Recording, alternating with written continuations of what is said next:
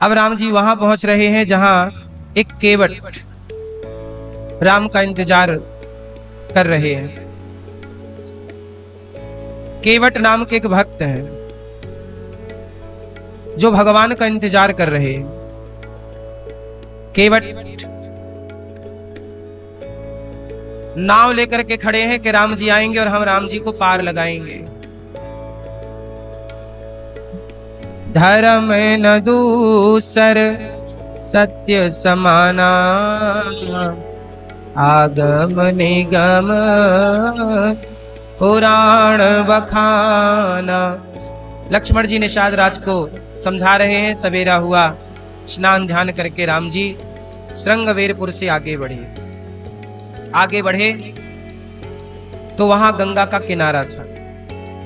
राम जी ने सुमंत्र जी को अब कहा, अच्छा दशरथ जी ने सुमंत्र जी को कहा था कि कुछ दिन घुमा फिरा के राम को ले आना। अब राम जी कह रहे हैं सुमंत्र जी से, आप अयोध्या जी जाइए, हमारे चक्कर में आप परेशान ना होइए। सुमंत्र जी बोले, नहीं, आपको मैं लेकर चलूंगा। राम जी बोले, क्या मैं अपने पिता के वचनों को छोड़ दूं? मैं नहीं छोड़ सकता। राम जी, बरवस राम सुमंत्र पठाए जाओ। सुमंत्र जी को समझाकर राम जी ने जब रथ में बिठा के कहा कि जाओ, और जब सुमंत्र जी ने घोड़ों को देखा तो घोड़ा हिन हिना कर राम की तरफ भागते, मतलब वो अयोध्या की तरफ घोड़े भी जाना नहीं चाहते। राम के पास आते हैं घोड़े और राम के पांव को चाटने लग जाते। तुलसीदास जी कह रहे हैं कि देखो, राम के वियोग में पशु पक्षी रो रहे हैं, पशु रो रहे हैं। जिनके वियोग में पशु रो रहे हैं, उनके वियोग में उनके माता पिता की हालत क्या रही होगी। राम वनवास गए, कितना वियोग था ये कोई समझ नहीं सकता। कितना दुख मां कौशल्या के पास था और कितना अयोध्या वासी दुखी थे और कितना दशरथ जी दुखी थे। उस दुख की कोई सीमा नहीं, पारावार नहीं। अब राम जी जबरदस्ती सुमंत्र जी को विदा करते हैं और केवट भैया हैं। आज राम जी केवट से नाव मांगी नाव ना केवट आना। आज राम जी केवट से नाव मांग रहे हैं। केवट भैया जरा नाव लाओ, हमें पार जाना है। केवट बोले, प्रभु नाव से क्यों पार जाना है, पानी कम है, आप यूं ही चले जाइए। देखो, पहली बार भगवान ने कुछ मांगा। क्या मांगा? नाव। पर जिसकी नाव थी उसने कहा, नहीं ना, मांगी नाव ना, हम नहीं लाएंगे। क्यों? कहां है तुम्हारे मर्म में जाने। हे राम, मैं नाव नहीं लाऊंगा और मैं अपनी नाव में आपको बिल्कुल नहीं बिठाऊंगा। क्यों भैया केवट, तुम्हारा तो काम ही पार लगाना है, क्यों नहीं बिठाओगे? केवट बोला, मैं आपको जानता हूं, आपके पांव से एक पत्थर को आपने स्पर्श कर दिया था तो वह नारी हो गई थी। पत्थर को आप छूते हैं तो पत्थर स्त्री हो जाता है। हमारी नाव को आपने छू दिया और कहीं वो भी स्त्री हो गई तो हमारी घरवाली लड़ेगी कि मैं थी तो ये कहां से आई। इसलिए राम, हम पार नहीं लगाएंगे। अब देखो, केवट कह रहा कि राम जी, हम आपको पार नहीं लगाएंगे, हम आपके मर्म को जानते हैं। हे प्रभु, मैं आपके मर्म को जान रहा हूं। अच्छा एक बात बताओ, क्या भगवान के मर्म को केवट जान सकता है? केवट कह तो रहा कि मैं जानता हूं। क्या जानता है केवट? केवट यही जानता है कि राम ने अहिल्या का उद्धार किया, पत्थर की नारी को तारा है। केवट बोला, कहीं हमारी नाव में पांव रख गया और ये नारी बन गई तो हम कैसे चलाएंगे परिवार, कैसे रोटी कमाएंगे। हे प्रभु। फिर राम जी बोले, क्या करें? बोले, केवट बोला, जरा पांव धुला लो, आपके पांव में जो रज लगी है ना, वो रज साफ हो जाए, फिर हम अपनी नाव बिठाएंगे और आपको पार लगाएंगे। अच्छा। राम जी बोले, हमें टाइम कम है, थोड़ा जल्दी चलो वरना कहीं लोग आ ना जाए अयोध्या से लेने के लिए, जल्दी चलो। केवट बोला, सुनो राम जी, मैं आपके पिता की सौगंध खाता हूं। देखो केवट कितना चतुर है, अपने पिता की नहीं खाता, कसम भी खाया तो अपने बाप की नहीं। राम के पिताजी दशरथ जी, मैं आपके पिता की सौगंध खाता हूं, मैं आपको पार नहीं लगाऊंगा जब तक मैं आपके चरण नहीं धुल लेता। हे राम जी, मैं कोई और काम तो जानता नहीं हूं, आप मुझे इतनी इजाजत दो कि मैं पांव धोऊं। मैं आपसे कुछ चाहता थोड़ी हूं, आप मुझे उतराई मत देना। केवट बोला, दशरथ जी की शपथ, सांची कह रहा हूं, पार नहीं लगाऊंगा।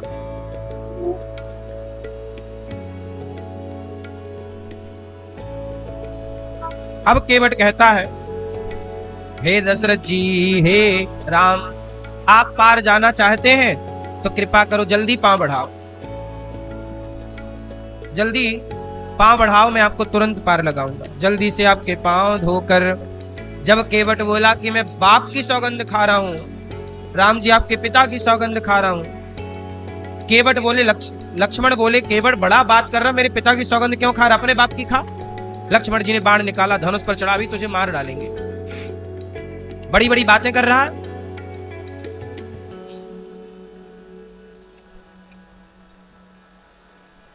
बड़ी बड़ी बातें कर रहा है, आज मैं तुझे मार दूंगा। केवट बोला, हाँ लक्ष्मण जी, निकालो धनुष, निकालो बाण, मारो। जब आप मुझे मारेंगे तो आप मार देंगे तो यमराज जी कहेंगे, केवट तुझे किसने मारा, तो मैं गवाही दूंगा, रघुनाथ सुप्राणन सो प्रिय बंधु, वही मुझे बाण से मारत है। हे लक्ष्मण जी, ये बताओ, जब यमराज जी मुझे ले जाएंगे और कहेंगे कि केवट तुझे किसने मारा, तो मैं गवाही दूंगा कि रघुनाथ सुप्राणन सो प्रिय बंधु, जो रघुनाथ जी का बंधु मतलब भाई, वही मुझे बाण से मारत है। फिर यमराज जी पूछेंगे कि तूने अपराध क्या किया, कहां मारा, क्या गलती थी, तब कहूंगा गवाही कौन, तो रघुनाथ है आज यहाँ पर जी, वही आंखों से आज निहारत है। रघुनाथ जी खुद निहार रहे हैं, देख रहे हैं कि मैं मर रहा हूं। क्या रघुनाथ जी मुझे मरता हुआ देख लेंगे? और मरता हूं कहां सुचि गंगक तीर, रघुनाथ सो नाथ निहारत है। और अपराध क्या किया तूने, गलती, तो अपराध यही इस दास का है, रघुनाथ के पाव पखारत हो। हे रघुनाथ जी, आज मैं आपके पांव पखारना मतलब पांव धुलना चाहता हूं। अब लक्ष्मण जी मुझे मार दे तो मार दे, पर मैं आपको पांव धोए बिना पार। अच्छा ये बताओ ये केवट जिद्दी है कि नहीं? बोलो हाँ कि ना। मैया, केवट जिद्दी है कि नहीं? बोलो हाँ कि ना। केवट जिद्दी है? हाँ, केवट भैया बड़े जिद्दी हैं। अब सुनी केवट के बैन, प्रेम लपेटे अटपटे, विहसे करुणाएन, चितई जान की लखन तन। आज केवट की बातें सुन के राम जी मुस्कुरा पड़े। केवट के द्वार पर जब राम जी आए ना, तब राम जी की आंखों में आंसू थी। सुमंत्र जी को विदा किया ना, तो आंसू आ गए। पर जब केवट ने देखा कि राम मेरे द्वार पर रोते रोते आए हैं, आज मैं हंसा करके ही राम को इस द्वार से विदा करूंगा। ऐसी बातें कर रहे हैं टेढ़ी टेढ़ी कि राम मुस्कुरा पड़े। तो केवट से राम जी ने कहा, अच्छा भैया तेरी क्या इच्छा है? बोले पांव धोऊंगा। ठीक है भैया। केवट राम रजाय सुपावा, पानी कठबता भरी ले आवा। कठौता में पानी ले आया। केवट कठौता में पानी लाया और राम जी के चरणों को घिस घिस के साफ करने लगे। राम के पांव की रज निकाल रहा, धूल, क्योंकि राम के पांव में क्या है? जादू। कौन सा जादू? पत्थर को नारी बनाने का जादू। केवट ने धुल करके चरण, पत्नी अरे भाग्यवान यहाँ आओ, पत्नी को बुलाया। राम जी बोले पत्नी को क्यों बुला रहा है? बोले प्रभु मेरी पत्नी मेरे से बहुत छोटी है, उसकी आंखें अभी बढ़िया है, मैं थोड़ा बूढ़ा हो गया हूँ, वो देखेगी कि कहीं रज तो नहीं लगी। फिर अपने बेटे को बुलाया, सबका कल्याण करना चाहता है।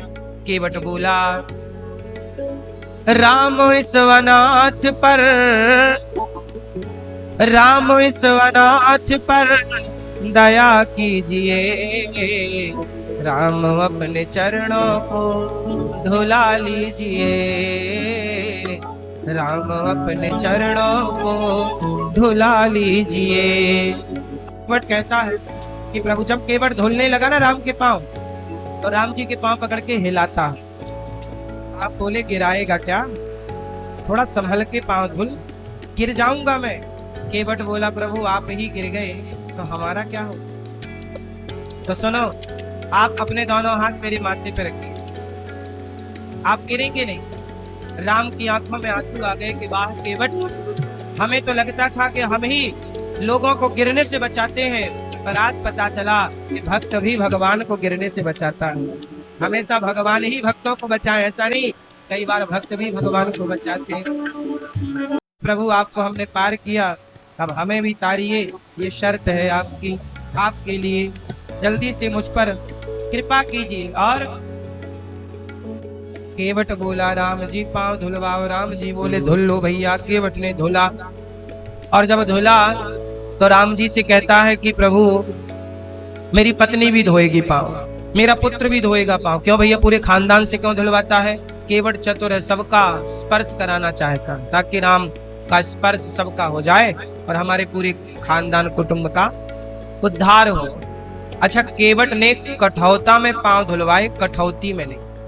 केवट राम रजाय सुपावा, पानी कठौता, कठौती में नहीं लाया पानी। कठौती मतलब स्त्रीलिंग, कठौता मतलब पुरलिंग। केवट बोला, बनेगा तो लड़का ही बने।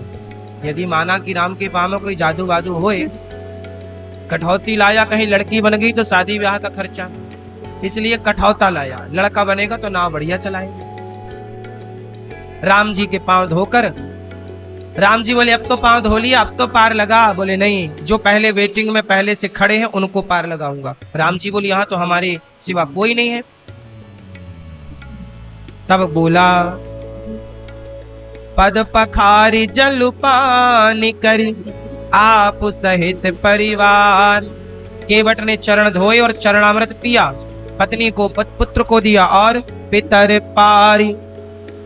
केवट ने पितरों को पार लगाया, मेरे पितरों को पहले मैं पार लगा दूं, फिर मैं राम आपको पार लगाऊंगा। देखो, केवट ने चरणामृत पिया, यही चरणामृत ब्रह्मा जी को मिला। जब ब्रह्मा जी के पास वामन भगवान का तीसरा पांव पहुंचा, जब राजा बलि से 3 पग भूमि में, 2 पग में, पहले पग में पाताल और दूसरे पग में सत्यलोक भगवान नापे, तो ब्रह्मा जी के पास जब पग पहुंचा, चरण पहुंचे, तो ब्रह्मा जी ने भगवान के अंगूठे को धोया। पूरे पांव को धोने का सौभाग्य तो ब्रह्मा को नहीं मिला, क्योंकि एक पांव जमीन में था, दूसरा पांव ना गया, एक पांव गया, और एक पांव का भी केवल अंगूठा मिला था। ब्रह्मा जी को अंगूठा धो के कमंडल में भर लिया, वही भगीरथ जी की तपस्या करने पर छोड़ा तो वही गंगा मैया कहलाई। तो ये गंगा मैया भगवान के चरणों का धौमन है, चरणामृत है। तो ब्रह्मा जी को भी ये सौभाग्य नहीं मिला कि वो दोनों पांव धोए, पर आज केवट दोनों पांव बढ़िया घिस घिस के धो रहे हैं। सबको चरणामृत दिया। इसलिए आप भी गोपाल जी को और शालिग्राम भगवान को जो नहलाते हो ना, उसके बाद जो बचता है वही चरणामृत होता। बच्चों को स्कूल भेजा करो तो चरणामृत दे करके भेजा करो। कहते हैं जो नित्य चरणामृत पीते हैं उनकी अकाल मृत्यु नहीं होती। अकाल मृत्यु हरणम सर्व व्याधि विनाशनम विष्णु पादोदिकं पीत्वा पुनर्जन्म न विद्यते। कहते हैं पुनर्जन्म नहीं होता। जो चरणामृत पीते हैं, चरणामृत की बड़ी, इसलिए मंदिरों में जाते हो तो मिलता ना चरणामृत, उसे हमारे श्री संप्रदाय में तीर्थ कहते हैं। चरणामृत का दूसरा नाम क्या है? क्या नाम है? तीर्थ। तीर्थ का मतलब भगवान में तो संपूर्ण संसार समाया है। भाई यशोदा मैया ने मुंह खुलवाया तो भगवान के मुंह में था कि नहीं पूरा ब्रह्मांड? राम जी के मुंह में था कि नहीं पूरा? तो भगवान में ये संसार सब कहां भास रहा, समाया सब भगवान। तो भगवान को जो स्नान करा के चरणामृत लेते हैं वो संसार के संपूर्ण तीर्थों का तीर्थ है वो, इसलिए तीर्थों का भी तीर्थ है भगवान का चरणामृत, इसलिए हम लोग उसे तीर्थ कहते हैं। चरणामृत का दूसरा नाम है तीर्थ। सभी तीर्थों का जल है वो एक प्रकार से। इसलिए जब भी चरणामृत लिया जाए, कैसे लेते हो आप लोग चरणामृत? ऐसे नहीं, नीचे एक कपड़ा लगाना चाहिए अपने हाथ। इसलिए पहले के जमाने में सबके पास दुपट्टा हुआ करता था, चाहे पुरुष हो चाहे स्त्री हो। अब ना पुरुषों के पास दुपट्टा बचा ना स्त्रियों के पास। देखो हम दुपट्टा रखते कि नहीं अपने पास? ये दुपट्टा एक भारतीय मूल परंपरा है। जैसे स्त्रियां साड़ी पहनती हैं तो साड़ी में पल्लू होता है, तो जब भी चरणामृत लेना चाहिए तो दुपट्टा कपड़ा नीचे लगाना चाहिए। ऐसे क्यों? ऐसे क्योंकि कई बार आपने हाथ ऐसे बढ़ाया, चरणामृत लिया, तो कुछ बूंद जमीन पर गिर जाती है चरणामृत की। कहते हैं चरणामृत जमीन पर गिरना नहीं चाहिए, पाप है, ये अपराध है। तो कपड़ा लगा देने से क्या होगा? वो पानी यदि चरणामृत तीर्थ यदि जमीन गिरेगा तो पानी से ये कपड़ा सोख लेगा, फिर उस कपड़े को आप अपने माथे पे लगा सकते हैं। ये देखो, ये भाव की बातें हैं। तुम पता नहीं उस तीर्थ का, उस चरणामृत का कितना सम्मान करते हो, पर हमारे श्री संप्रदाय में श्री वैष्णव लोग तो बड़ा आदर करते हैं चरणामृत का। हमारे यहाँ चरणामृत की ही महिमा, प्रसाद चरणामृत मिल गया मतलब है सब कुछ। और चरणामृत किसको नहलाने के बाद चरणामृत बनता है बताओ? किनको नहलाने के जल को, किनके स्नान के बाद बचे हुए जल को चरणामृत कहते हैं? बताओ। है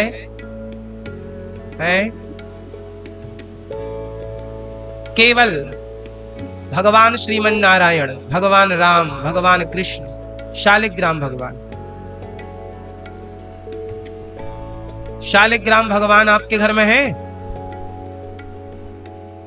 शालिग्राम जी हैं, तब तो अच्छा। पहले देखो धातु वातु की मूर्तियां थी ही नहीं। पहले गोपाल जी सबके घर में थोड़ी थी, पहले सबके घर में शालिग्राम जी होते थे। भगवान मतलब शालिग्राम जी, भगवान मतलब शालिग्राम जी। पहले शालिग्राम जी, फिर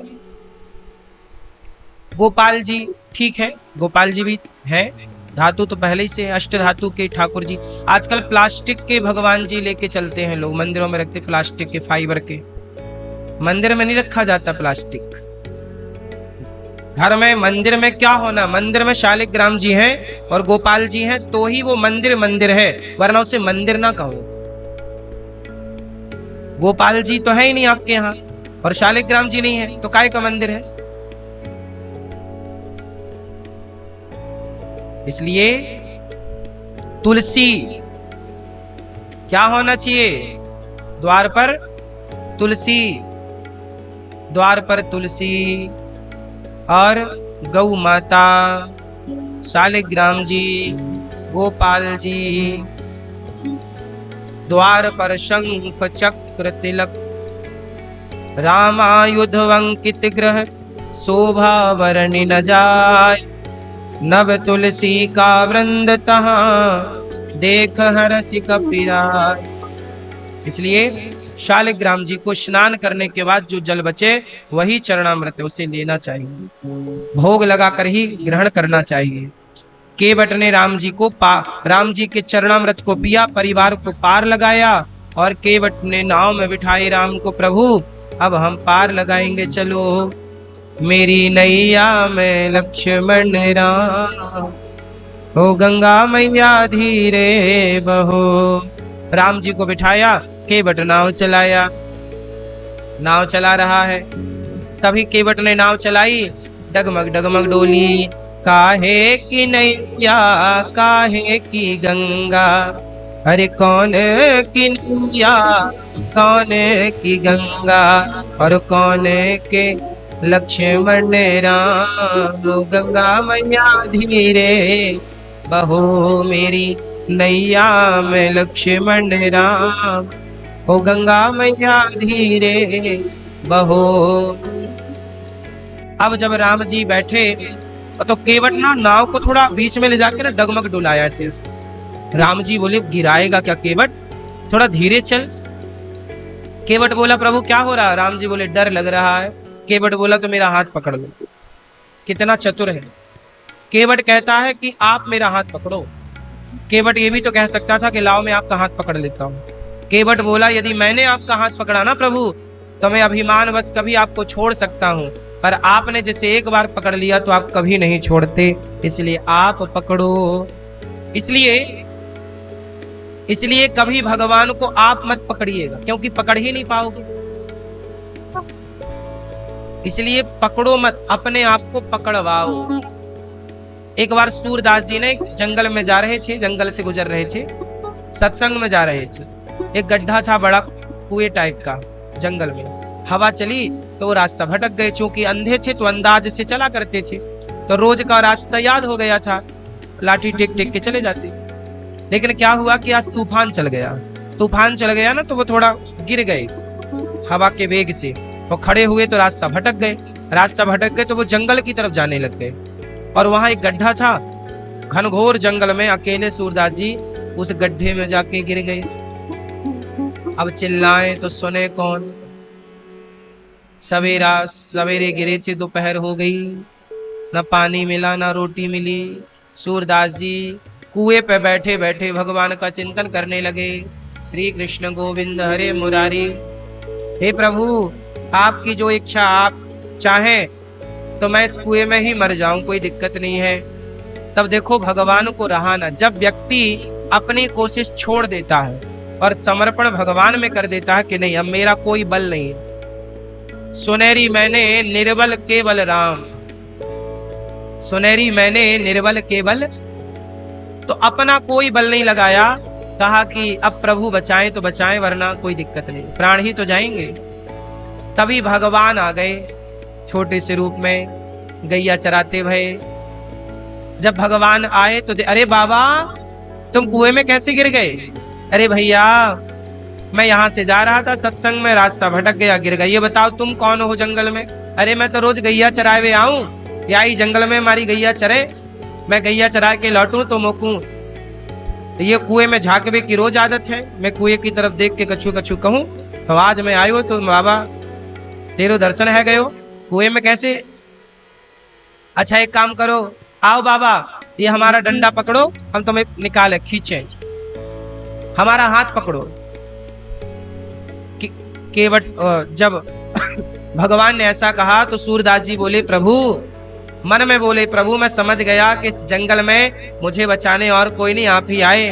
तो मुझे सुनो, मुझे नहीं पता कि आपका हाथ कहाँ है, लेकिन आपको पता है कि मेरा हाथ कहाँ है, इसलिए अपना हाथ उठा दिया। मैं आपका हाथ नहीं पकड़ूंगा, आप मुझे पकड़ लो, क्योंकि मैं आपको पकड़ूंगा तो मैं छोड़ सकता हूं, पर आप मुझे पकड़ेंगे तो आप मुझे नहीं छोड़ेंगे। भगवान ने सूरदास जी को पकड़ा और निकाला। सूरदास जी समझ गए कि ये भगवान के ही कोमल कोमल हाथ हैं। जब बाहर आए तो सूरदास जी ने भगवान को पकड़ लिया। अब सूरदास जी बोले प्रभु हमें पता है आप भगवान हो, हमें छोड़ कर ना जाओ। भगवान बोले बाबा हमने तो आपकी मदद की, निकाला आपने हमें ही पकड़ लिया, छोड़ो अब जाने दो। नहीं, आप भगवान हो, प्रभु दर्शन दो। तब भगवान हाथ छुड़वा रहे हैं और हाथ छुड़वा के भाग गए। जब भाग गए तो सूरदास जी ने एक दोहा गाया। सूरदास जी बोले हाथ छुड़ाए जात हो निर्बल जान के मोहि, हृदय से जो जाओगे तो मर्द कहूंगो तो। हाथ छुड़ा के जा रहे हो, मैं निर्बल हूं ना, कमजोर हूं, आप छुड़ा के जा रहे हो। हाथ छुड़ाए जात हो निर्बल जान के मोह, मैं निर्बल हूं ना तो जा रहे हो, मेरे हृदय से निकल कर दिखाओ तो जानूं कि तुम मर्द हो। देखो जरा सूरदास जी कह रहे हैं कि मेरे हृदय से निकल कर दिखाओ। सूरदास जी के हृदय में इस तरह से समाये हैं भगवान कि भगवान निकलना चाहें तो भी हृदय से नहीं निकल सकते। सूरदास जी के इस तरह का प्रेम है सूरदास जी का। आज वही केवट कह रहे हैं कि प्रभु मैं नहीं जानता कि आपका हाथ कहाँ है, मैं नहीं जानता कि आपको मैं कैसे पकड़ूं, इसलिए ये रहा मेरा हाथ, आप पकड़ लो। यही समझ। इसलिए आप लोग दर्शन करने जाते हो भगवान जी के, कैसे दर्शन करते हो? कोई भाव नहीं प्रकट होता ना, क्यों? दर्शन करने जाओ भगवान के, बिहारी जी के, जगन्नाथ जी के, द्वारिकाधीश जी के, तो ऐसी दर्शन नहीं होता। कैसे होता है? भगवान के मंदिर जाओ तो हाथ कैसे करते हैं, कैसे दर्शन होता है, कैसे दर्शन करना चाहिए भगवान का? आप लोग कैसे दर्शन करते हैं? बताओ कैसे दर्शन करते हैं?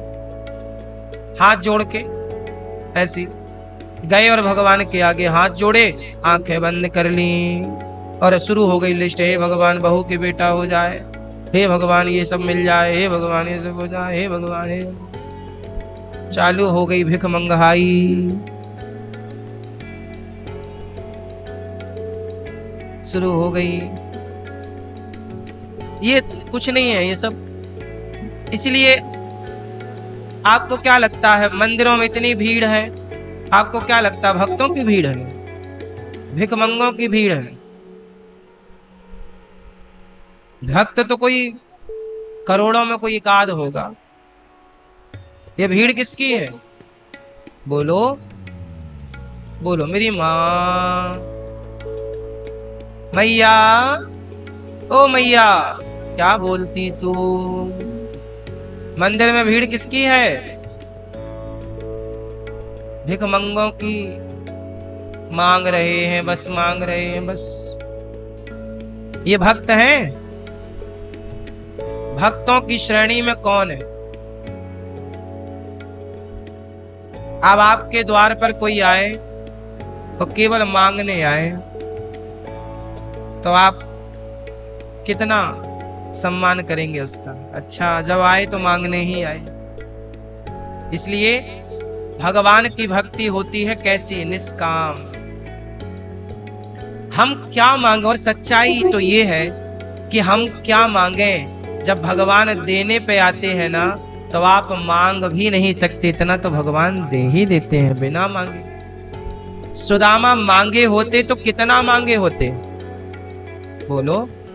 सुदामा यदि कृष्ण से मांगे भी होते तो क्या इतना मांग सकते थे जितना बिना मांगे श्री कृष्ण ने दिया? उत्तर दो। आप लोग मांग कर अपना ही तो नुकसान करते हैं।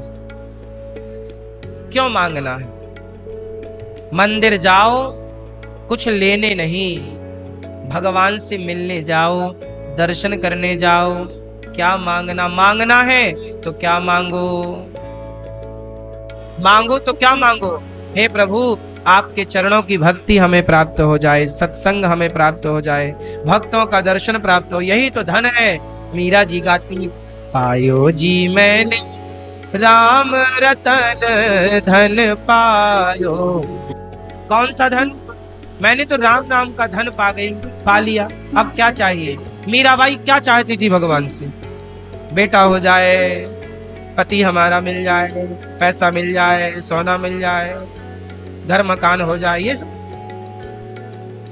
सब तो मैया हो ही जाएगा। घर मकान तो मेहनत करो, पैसे कमाओ, बन ही जाएगा। बच्चे हो ही जाएंगे, कुत्ता बिल्ली के भी बच्चे होते हैं, तुम्हारे भी हो ही जाएंगे। काहे परेशान हो? बस हो ही जाएगा। नहीं होए तो कोई बात नहीं, मीरा के भी नहीं है। पर ये सब मांगने की चीजें नहीं है। भगवान ये दे दो, ये सब क्या मांग रहे हो? भूसा भूसा मांगो तो क्या? हे प्रभु, हमारा मन सदा आपके श्री चरणों में लगा रहे, पल के लिए भी मन आपसे ना हटे, यही वरदान दो। अच्छा, दर्शन कैसे करना चाहिए भगवान के? ऐसे। आपने कभी देखा भगवान के मंदिरों में किसी को?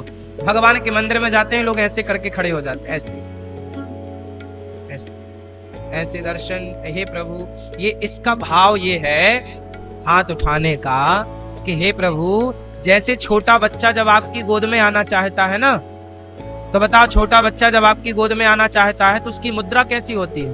कैसे खड़ा होता है? बनाओ जरा सब लोग ऐसे हाथ। बच्चा छोटा जब आपकी गोद में आना चाहता तो कैसे करता है? ऐसे करता है? बोलो हाँ। फिर आप उसे उठा लेते हैं। तो छोटा बच्चा अपने दोनों हाथ इसलिए उठा देता है कि मैंने अपना काम कर लिया, अब तुम जल्दी अपने हाथ बढ़ाओ और मुझे उठाओ। ऐसे ही भक्त जब अपने दोनों हाथ बढ़ाता है तो भगवान कहते हैं कि तुम दोनों हाथ बढ़ाओ तो सही, जगन्नाथ जी के हाथों को देखो तो सही, तुम्हारे लिए ही तो बढ़े हैं उनके हाथ आगे के लिए, पर तुम अपने हाथ बढ़ाते ही नहीं। तुम उस बच्चे की तरह गोद में आना ही नहीं चाहते, तुम तो बस हे भगवान हमें गोद में मत लो, बहू के बस बेटा होना चाहिए बस, हम तो 16 सोमवार करेंगे शंकर जी, हमारे ऐसे हो जाए वैसे हो जाए, हाँ बड़ा हो जाए बढ़िया हो जाए सब अच्छा हो जाए। दिन भर मांगते रहते होते ना, मांगने के बाद भी फिर भी रो रहे हैं, फिर भी रो रहे, ये नहीं मिल रहा वो नहीं मिल रहा, क्यों भैया? अच्छा ये बताओ आप लोगों को परेशान कर कौन रहा है? सारा संसार दुखी, सबको हम रोता हुआ ही देखते हैं। अभी हम आप लोगों से पूछने लग जाएं आपके घर की कहानी, अभी आप रोने लगे, महाराज हम भी बड़े परेशान है, क्या बताएं किसको सुनाए क्या, सबको अभी बोले तो सब रोने लग जाएंगे, सब परेशान है। आप जितने बैठे हो ना सब परेशान, सब अपनी अपनी दिक्कत निकाल के अब भी बैठ जाएंगे, हमारी ये समस्या, हमारी ये समस्याओं का नाम ही जिंदगी है, समस्याओं से घिरा। अच्छा ये बताओ जंगल में रहने वाले जंगली पशु पक्षियों के जीवन में समस्या नहीं है क्या? बोलो। चिड़िया अंडा रखती है, अंडा रख के उड़ कर गई खाने, तब तक उसके अंडे दूसरा पक्षी आके खा जाता है, समस्या नहीं है? चलो अंडे से बच्चा निकल भी आया, उसके चूजे निकल आए, बच्चे निकल आए, तो भी दूसरा पक्षी आता है और उसके बच्चे खा जाता है, बोलो हाँ।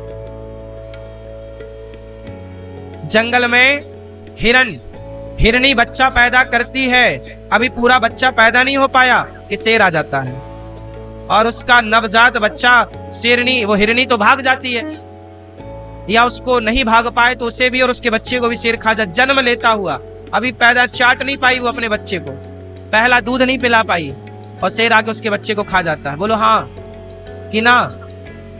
क्योंकि प्रसव होता है ना तो वो खून निकलता है तो उसकी गंध शेर, चीता इत्यादि को आ जाती है, तुरंत वो नवजात बच्चे पर अटैक करते हैं। ये जंगल का रोजमर्रा का काम है, नहीं है? भेड़िए, शेर तो चलो आए और खाए तो पहले मारता है फिर खाता है, पर भेड़िए यदि किसी हिरण को पा जाए तो उसे पहले मारते नहीं है, पीछे से खाना शुरू कर देते हैं, उसका पूरा मांस नोच डालते हैं और वो जिंदा रहता है। अब सोचो समस्याएं केवल तुम्हारे साथ थोड़ी हैं, आज जंगल में जितने भी जंगली जीव जंतु हैं सबकी समस्याएं हैं, एक दूसरे के सारे दुश्मन हैं जंगल में। बताओ कौन जंगल में एक दूसरे का दोस्त है, नाम बताओ। हिरन चरता है, यदि खड़ा है चरने के लिए तो भेड़िए का डर, शेर का डर, चीते का डर। पानी पीने जा रहा है तो ठीक से पानी नहीं पी पाता क्योंकि पानी में मगर होता है, मगर खा जाए, बोलो हाँ। सोचो पशु पक्षियों को कितनी तकलीफ। आज देखो मछली पकड़ने वाला मछुआरा मछली को क्या करता है, दाना बनाता है। मछली को ही एक बंसी होती है मछुआरों के पास जिससे वो मछली पकड़ते, तार होता है, कांटा लोहे का कड़ा, कि मछुआरा क्या करता है, बड़ी मछली पकड़ता है 1 किलो की 2 किलो की, और उस मछली को पकड़कर उसकी आंख होती है ना, इस आंख से वो डालता है सूजा लोहे का, इस आंख से डालता है और इस आंख से निकाल के और उसको धागे में बांध देता है और उस मछली को पानी में डालता है। सोचिए उसकी दोनों आंखों से वो लोहे का कील डाल दी उसने और उसे पानी में, वो मारा नहीं, अभी मछली मरी नहीं है, और वो पानी में तब तक तड़पती है जब तक कोई दूसरी मछली उसे आकर, और दूसरी मछली उसे आकर खाती है तो दूसरी मछली भी फंस जाती है। हाँ या ना? मछुआरा क्या करता है, एक मछली को पानी में डालता है कांटा लगाकर, दूसरी मछली को लगा मछली वो जाके खाती है तो वो भी उसके कांटे पर जाल में फंस जाती है। तो सोचिए कितनी देर तक, अब सोचिए आपकी आंखों में पूरा सरिया डाल दिया जाए इस तरफ से उस तरफ, कितना कष्ट होगा, और उसे पानी में डाल दिया जाता है और वो तब तक तड़पती है जब तक दूसरी मछली उसे खा नहीं जाती। बोलो हाँ, ये बात सही है कि गलत है? बोलो हाँ। तो जीवन कठिन केवल तुम्हारा ही है क्या?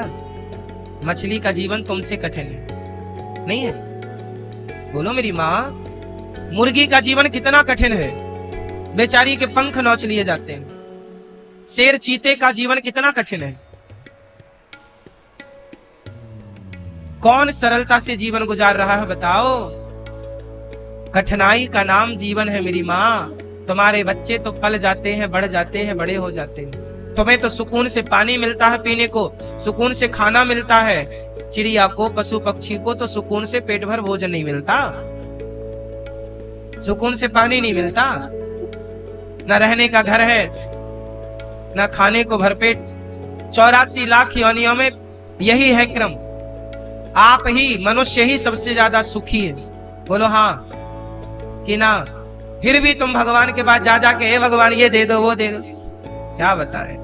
जो मिला है, जो प्राप्त है, उसे पर्याप्त क्यों नहीं समझते? इसलिए हाथ उठाकर भगवान से यही कहना चाहिए कि प्रभु आपका दर्शन करने आए, प्रभु हमें स्वीकार कर लीजिए। हाथ उठाकर दर्शन, केवट ने हाथ बढ़ाया ना, ऐसे हाथ बढ़ाने का मतलब प्रभु हमें अपने गोद में धारण कर लो, हमें स्वीकार कर लो। समर्पण करना चाहिए भगवान के द्वार पर।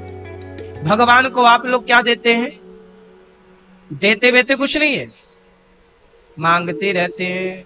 अच्छा, आप भगवान को क्या देते हैं? आपने क्या दिया भगवान को बताओ?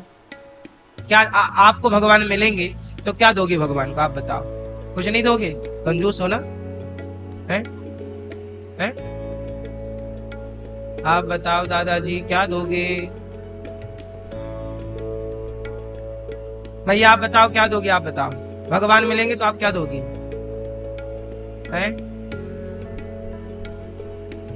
फूल क्या दें, पैसे क्या दें, हीरे क्या दें, मोती क्या दें? भगवान को कमी है क्या? चढ़ाना ही है भगवान के चरणों में तो स्वयं को, खुद को चढ़ा दो। हे प्रभु तुम्हें सौंपता हूँ अमानत तुम्हारी, तुम्हें सौंपता हूँ अमानत तुम्हारी। केवट ने राम जी को पार लगाया, राम जी का हाथ केवट ने पकड़ लिया, राम जी ने केवट का हाथ पकड़ लिया। पार लगे तो केवट बोले प्रभु, अब चरणों में गिर पड़े केवट। राम जी बोले भैया केवट ये उतराई ले लो। अंगूठी दी राम जी ने, उतराई ये ले लो। केवट बोला ना प्रभु आप भी केवट और मैं भी केवट, भला एक केवट से दूसरा केवट मजदूरी कैसे ले सकता है? राम जी बोले हम कहाँ केवट हैं भैया। केवट बोला प्रभु आप मेरे द्वार आए, आप मेरे घाट आए तो मैंने आपको पार लगाया, मर करके जब मैं आपके घाट आऊं तो भव सागर से आप पार लगा देना, यही उतराई। दोनों ही केवट है, केवट भी पार लगाता है और राम जी भी, दोनों का एक ही काम है। केवट बोला हम गंगा से पार लगाते हैं, आप भव से पार लगाते हो। इसलिए भगवान से कुछ मांगने से बढ़िया है ये कह दो कि प्रभु हमने जो पुण्य किया उस पुण्य के बल पर आप हमें भव से पार कर दीजिए। बस भव से पार होना ही समझदारी है। ये मनुष्य का शरीर पाकर भी 84 में उलझे रहे तो फिर मानव बनने का फायदा क्या? मानव शरीर पाने का फायदा तब है जब 84 के चक्कर से आप बच जाओ, और तब बचोगे जब भगवान की शरण में जाओगे। उतरी ठाणी भय सुर शरीरेता, सिय राम गुह लखन समेता, नाथ आजु में काह न पावा, मिटे दोष दुख दारिद दावा। राम जी केवट को गले लगाते हैं। केवट देखो, लोग कहते हैं जो जातियों के नाम पर भेदभाव करते हैं और राजनीतियां करते हैं, उनके लिए ये राम जी और केवट की का मिलन बड़ा मैसेज अच्छा देने वाला है कि राम जी ने कहीं जातियों को इस तरह से नहीं कि तुम्हारी जाति ऊंच है तो नीच है, ऊंच नीच का कोई भेद राम जी के यहाँ तो नहीं है। राम जी केवट को गले से लगाते हैं, निषाद राज को गले से लगाते हैं, और शबरी माता सबर जाति की थी, उनके जूठे बेर खाते हैं। अब बताइए ये जातियां जो हैं क्या ये भगवान की भक्ति में बाधा है? नहीं। क्या भगवान को पाने का अधिकार सबका नहीं है? क्या भगवान की पूजा करने का अधिकार सबका नहीं है? बिल्कुल है, सबका है। जातियां व्यवस्था के लिए बनाई थी सनातन में, पर बाद में उन जातियों को लोगों ने छुआछूत के नाम से कन्वर्ट कर दिया, आपस में ही लड़ गए, मर गए छुआछूत के नाम पर। इसलिए सनातनी को किसी भी ब्राह्मण हो, क्षत्रिय हो, वैश्य हो, शूद्र हो, हमें छुआछूत नहीं रखनी चाहिए। क्या नहीं रखना चाहिए? बोलो मेरी माँ। छुआछूत नहीं। जातियां बनी हैं व्यवस्था के लिए। ब्राह्मण कोई जाति नहीं है, ब्राह्मण की व्यवस्था। वेद पढ़ना, वेद पढ़ाना, यज्ञ करना, यज्ञ कराना, दान लेना, दान देना, ये ब्राह्मण के कर्म है। क्षत्रिय कोई जाति नहीं है, एक व्यवस्था है। युद्ध लड़ना, तलवार चलाना और अपने राष्ट्र को, अपने राज्य को, अपने देश को विजयी रखना, ये क्षत्रिय का धर्म है। जो तलवार संभाले, जो वेद संभाले, पुराण संभाले, वो ब्राह्मण। जो तलवार संभाले वो क्षत्रिय, जो पैसा संभाले वो वैश्य, और जो सेवा संभाले वो शूद्र। ये व्यवस्था बनाई थी। कोई लड़ने के लिए थोड़ी बनाई थी कि तुम आपस में लड़ पड़ो। बाद में आपस में लड़ गए, बोले हम बड़े, हम बड़े, हम बड़े। कोई बड़ा कहां? कहां कोई बड़ा? कोई बड़ा, कोई छोटा। बड़े छोटे की तो लड़ाई थी ही नहीं कभी। व्यवस्था थी। अब जैसे कि आप बस में जाते हो या बाजार जाते हो या होटल में जाते हो, तो वहां भी एक व्यवस्था नहीं है। बिना व्यवस्था के बस चलती है। ड्राइवर एक व्यवस्था है, कंडक्टर एक व्यवस्था है। उन दोनों के बिना बस खड़ी है तो खड़ी है, चले कैसे? बोलो भाई। दर्जी कपड़ा सिलना एक व्यवस्था ना है आपके लिए? जूता सिलना क्या है? आपके शरीर को क्या क्या चाहिए? सुनो, आपके लिए कपड़े चाहिए थे तो जिसने कपड़े बनाए उसे दर्जी कह दिया गया। आपको पानी पीना था तो फ्रिज थी नहीं, ठंडा पानी कहां मिले? तो घड़ा बनाया, जिसने घड़ा बनाया उसे कुम्हार कह दिया। जिसने आपके लिए जूते चप्पल बनाए उसे लोहार कह दिया, मोची कह दिया। जिसने जूते चप्पल बना उसे मोची कह दिया। ये मोची भाई साहब हैं, ये आपके लिए जूता चप्पल बनाएंगे। अब आपको चाहिए कि आप किसान थे तो हल चलाने के लिए ना, वो कुसिया जो होता है हल चला, वो लोहे का होता है। बैल जो हल चलाते ना मैया खेतों में, वो काय का होता है? लोहे का होता है, जो नीचे जमीन खोदता हुआ चलता है। ट्रैक्टर में भी जो कल्टीवेटर होता है वो लोहे का ना होता है, तब ना जुताई होती है किसानों की। तो वो व्यवस्था कौन करता है? लोहार। तलवार कौन बनाएगा? आत्मरक्षा के लिए तलवार चाहिए थी तो तलवार लोहार बना के दिया। तो लोहार, कुम्हार, मोची, दर्जी। आपके बाल बढ़ गए, कौन काटेगा? नाऊ काटेगा, नाई, है ना? ये सब क्या है? ये रोजमर्रा की व्यवस्थाएं। ये व्यवस्थाएं बांटी गई हैं।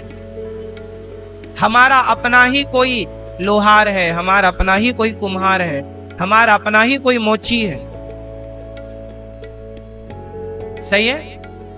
अब हम लोगों ने क्या किया? भेदभाव कर लिया कि देख तू तो चमड़े का काम करता है, हम देखो उसके साथ छूत की भावना रख ली। वो तो चमड़े का काम करता है, तुम तो चमड़ा खा जाते हो आजकल। नहीं खा जाते। यदि चमड़ा छूने वाला अशुद्ध है तो खाने वाला कितना शुद्ध होगा फिर बताओ? फिर आज तो कितने लोग खा रहे हैं, मांस खा रहे हैं, बकरे का चमड़ा खा जा रहे हैं और गैया तक खा जा रहे हैं लोग। बोलो हाँ, बात सही है कि गलत है? कहते हैं कि हिंदू मुस्लिम भाई भाई। कैसे भाई भाई? एक बात बताओ, मुस्लिम तो गैया खाता है, तुम्हारा मोची भाई जो हमारे भारत का मोची है, जूता सिलता है, वो तो बेचारा केवल चमड़ा से जूता बनाता, तुम कहते हो ये अशुद्ध है। और मुसलमान को तुम भाई कह रहे हो जो कि वो गैया का मांस खा रहा है। तो खाने वाले को, तो गैया का मांस खाने वाले को तुम गले लगा रहे हो, और जो तुम्हारा अपना मोची काम कर रहा है जूते का, जो उसका काम है पैतृक, तुम उसे अछूत कह रहे हो। ये कैसा न्याय है भाई? बताओ, चमड़ा छूने वाला अछूत है कि खाने वाला? उत्तर दो। छूने वाला अपवित्र है कि खाने वाला?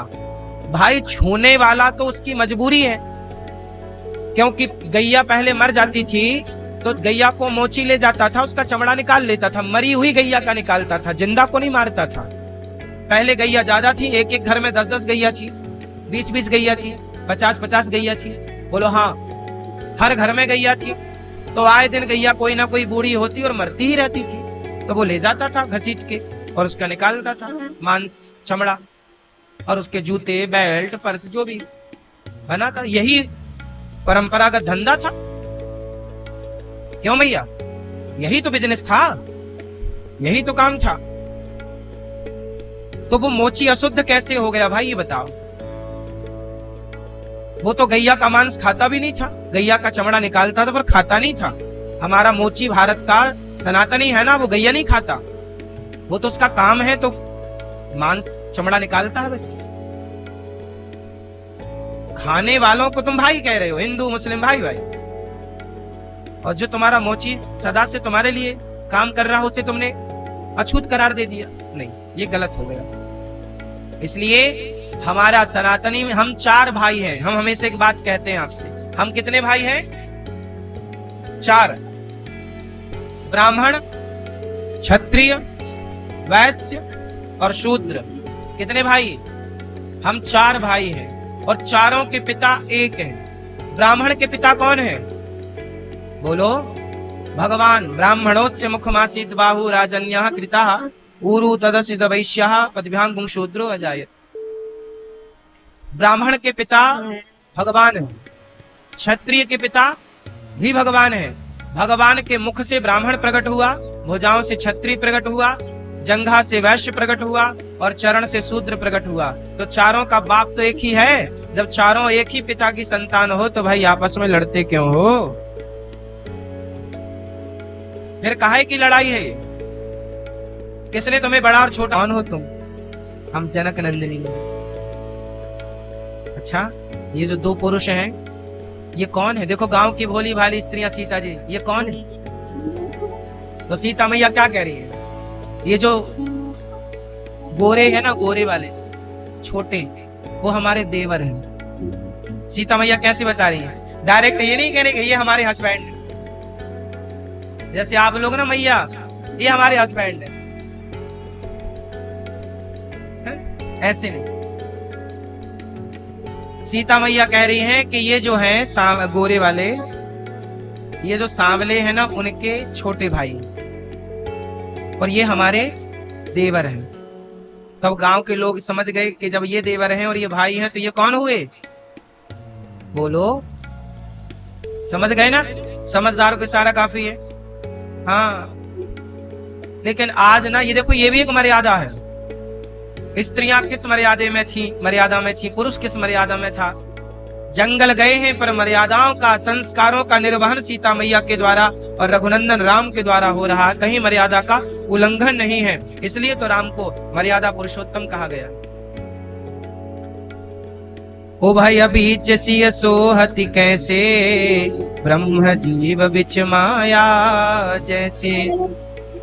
आज सीता मैया बीच में है, लक्ष्मण जी पीछे, राम जी आगे। राम जी आगे जा रहे हैं, सीता जी बीच में, और पीछे लक्ष्मण जी चल रहे हैं। जंगल में पांव में कांटा लग जाए, सीता मैया, राम के पांव में कांटा लग जाए तो लक्ष्मण जी निकालते थे, और सीता मैया के पांव में कांटा लग जाए तो कौन निकालता था? राम निकालते थे। छाले पड़ गए हैं, थोड़ा बैठ लो, पांव में दवाई, पांव में कांटे हैं तो उन्हें राम जी निकालते हैं, सीता जी के पांव के कांटे, और राम जी के पांव के कांटे लक्ष्मण जी निकालते हैं। और लक्ष्मण जी के पांव के कांटे कौन निकालता है? स्वयं लक्ष्मण जी। कभी राम कहते लाओ लक्ष्मण मैं निकाल दो, लक्ष्मण बोलते नहीं, मैं आपके पांव के कांटे निकालूंगा। और लक्ष्मण जी सेवक है ना, सबसे सेवक धर्म कठोरा सेवक। ऐसी सेवा मेरी माँ, कौन आजकल भाई और भाभी की ऐसी सेवा करेगा? कहां आजकल ऐसे सेवक मिलते हैं?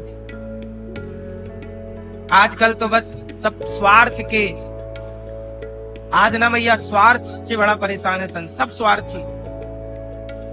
ईमानदार लोग आज बड़े कम मिलते हैं मैया, ईमानदार लोगों का मिलना बड़ा कठिन सा हो गया।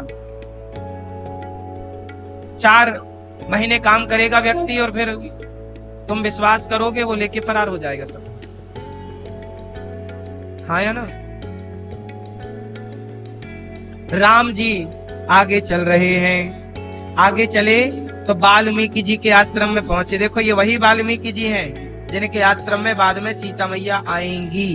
अभी राम लक्ष्मण सीता आए हैं तीनों वाल्मीकि जी के पास। वाल्मीकि मन आनंद भारी, मंगल मूर्ति नयन निहारी। वाल्मीकि जी के आश्रम में गए, प्रणाम वाल्मीकि जी को राम जी ने। मुनि कहु राम दंडवत कीन्हा, राम जी ने दंडवत किया संत जी को। महाराज जी की जय हो। अब राम जी बैठे हैं, सिया जी बैठी हैं और बड़े प्रेम से महर्षि वाल्मीकि जी से चर्चा हो रही है। वाल्मीकि जी कह रहे हैं, हे प्रभु जगु पेखन तुम देख निहारे, विधि हरि शंभु नचाव निहारी। आप तो साक्षात भगवान हैं, आप तो नारायण हैं, आप तो द्वार पर आकर आपने कृपा की प्रभु। सोई जानय जेहि देहु जनाई, जानत तुम ही होई जाई। आप भगवान हैं पर आपको जान कौन सकता है? अच्छा राम जी भगवान है पर राम को जान कौन सकता है? बताओ भगवान को कौन जान सकता है? वही जिसे भगवान जनाना चाहें। यदि भगवान जनाना नहीं चाहेंगे तो आपके सामने खड़े हो जाएंगे। दुर्योधन के सामने कृष्ण खड़े तो थे, कहाँ जान पाया कि ये भगवान है? वो तो यही जानता रहे तो ग्वाला है। मैया सुनो मेरी माँ, राम को भगवान को कौन जान सकता है? जिसे भगवान जनाना, बोलो मेरी माँ, जिसे भगवान जनाना चाहे, वरना सब थोड़ी जानेंगे, सब नहीं जान सकते। अब चिदानंदमय देह तुम्हारी, वाल्मीकि जी कह रहे हैं राम जी को, चिदानंदमय देह तुम्हारी, विगत विकार जाने अधिकारी। आप में कोई विकार नहीं है, चिदानंद दिव्य स्वरूप है आपका, दिव्य देह है आपकी। हे प्रभु सुनहु राम अब कहूँ निकेता, जहाँ बसहु सिय लखन समेता। राम जी ने कहा वाल्मीकि जी से, गुरु जी बताओ हम कहाँ रहें, हम कहाँ रहें? तब वाल्मीकि जी बोले कि पूछो मोहि की रहूं कहाँ, मैं पूछत सब चाहूं। वाल्मीकि जी बोले कि आप पूछ रहे हो कि मैं कहाँ रहूं, तो वाल्मीकि जो आपको भोग लगा करके खाता हो उनके घर में प्रभु आप रहो। देखो वाल्मीकि जी बता रहे हैं कि आप कहाँ रहे, भगवान कहाँ रहते हैं। सुनहु राम अब कहूँ निकेता, जिनके श्रवण समुद्र समाना। जो कथा सुनते हैं, जो भोग लगा कर खाते हैं, जो आपके पूजा में लगे रहते हैं, जो आप में समर्पित हैं, आप उनके घर पे जाकर के रहो, उनके हृदय में रहो। मंत्र राजु नित जपहि तुम्हारा, पूजहि तुम्हि सहित परिवारा। जो पूरे परिवार के साथ आपकी पूजा में लगा है प्रभु, उनके हृदय में जाकर के आप रहो। जिनके कपट दंभ नहीं माया, जिनके हृदय में कपट नहीं है, दंभ नहीं है, जिनके हृदय में करुणा भरी है, प्रेम भरा है, छल कपट अभिमान नहीं है, उनके हृदय में आप जाकर के रहो। सोचिए भगवान कहाँ रहते? जाके हृदय साच है प्रभु, ताके हृदय आप। जहाँ सच नहीं है वहाँ भगवान नहीं है। जाति पाति धनु धर्म बढ़ाई, प्रिय परिवार सदन सुखदाई। जो सब कुछ छोड़कर, जो परिवार का मोह छोड़कर, जाति पाति से ऊपर उठकर, जो सब में आपके भक्तों का दर्शन करे, सब में आपको देखे, आप उनके जाके हृदय में रहो प्रभु।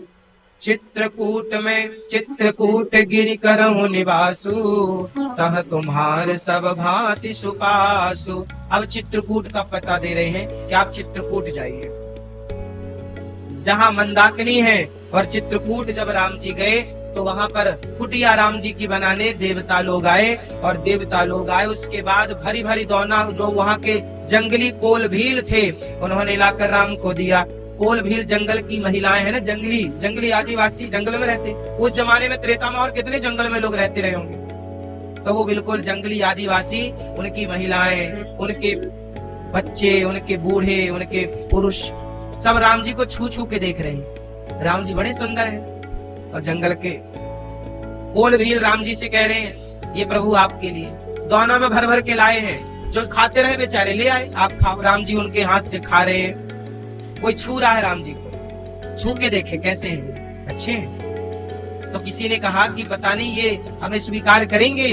तब उन कोल भीलों में से एक बूढ़ा बोला, राम ही केवल प्रेम प्यारा, जान ले जो जान निहारा। ये राम जो है ना भगवान, इनको केवल प्रेम पसंद है। भगवान को क्या पसंद है? तुम गोरे हो कि काले हो, जाति कैसी है, कोई फर्क नहीं पड़ता। रस खान तो मुसलमान थे, सदर कसाई तो मांस का काम करते थे, तराजू में रख के तौल कर बेचते थे। ये एनर्जी उसी की शक्ति है जिसको आप आत्मा कहते हैं। यदि वो चली जाए तो ना स्त्री खड़ी हो सकती है, ना पुरुष, ना आप चल सकते हैं, ना हम। बात सही है कि गलत है? तो सबके भीतर कौन सत्ता विद्यमान है? सबके भीतर कौन है? ईश्वर, भगवान है। लेकिन आप क्या कहते हैं? हमने भगवान को नहीं देखा। हम आपसे सवाल करते हैं कि जब भगवान सब जगह है तो क्यों नहीं देखा? थोड़ा सा क्यों नहीं विचार किया कि ये है कौन? सिय राममय सब जग जानी, करहूं प्रणाम जोरि जुग पानी। सबने भगवान को देखा है मैया।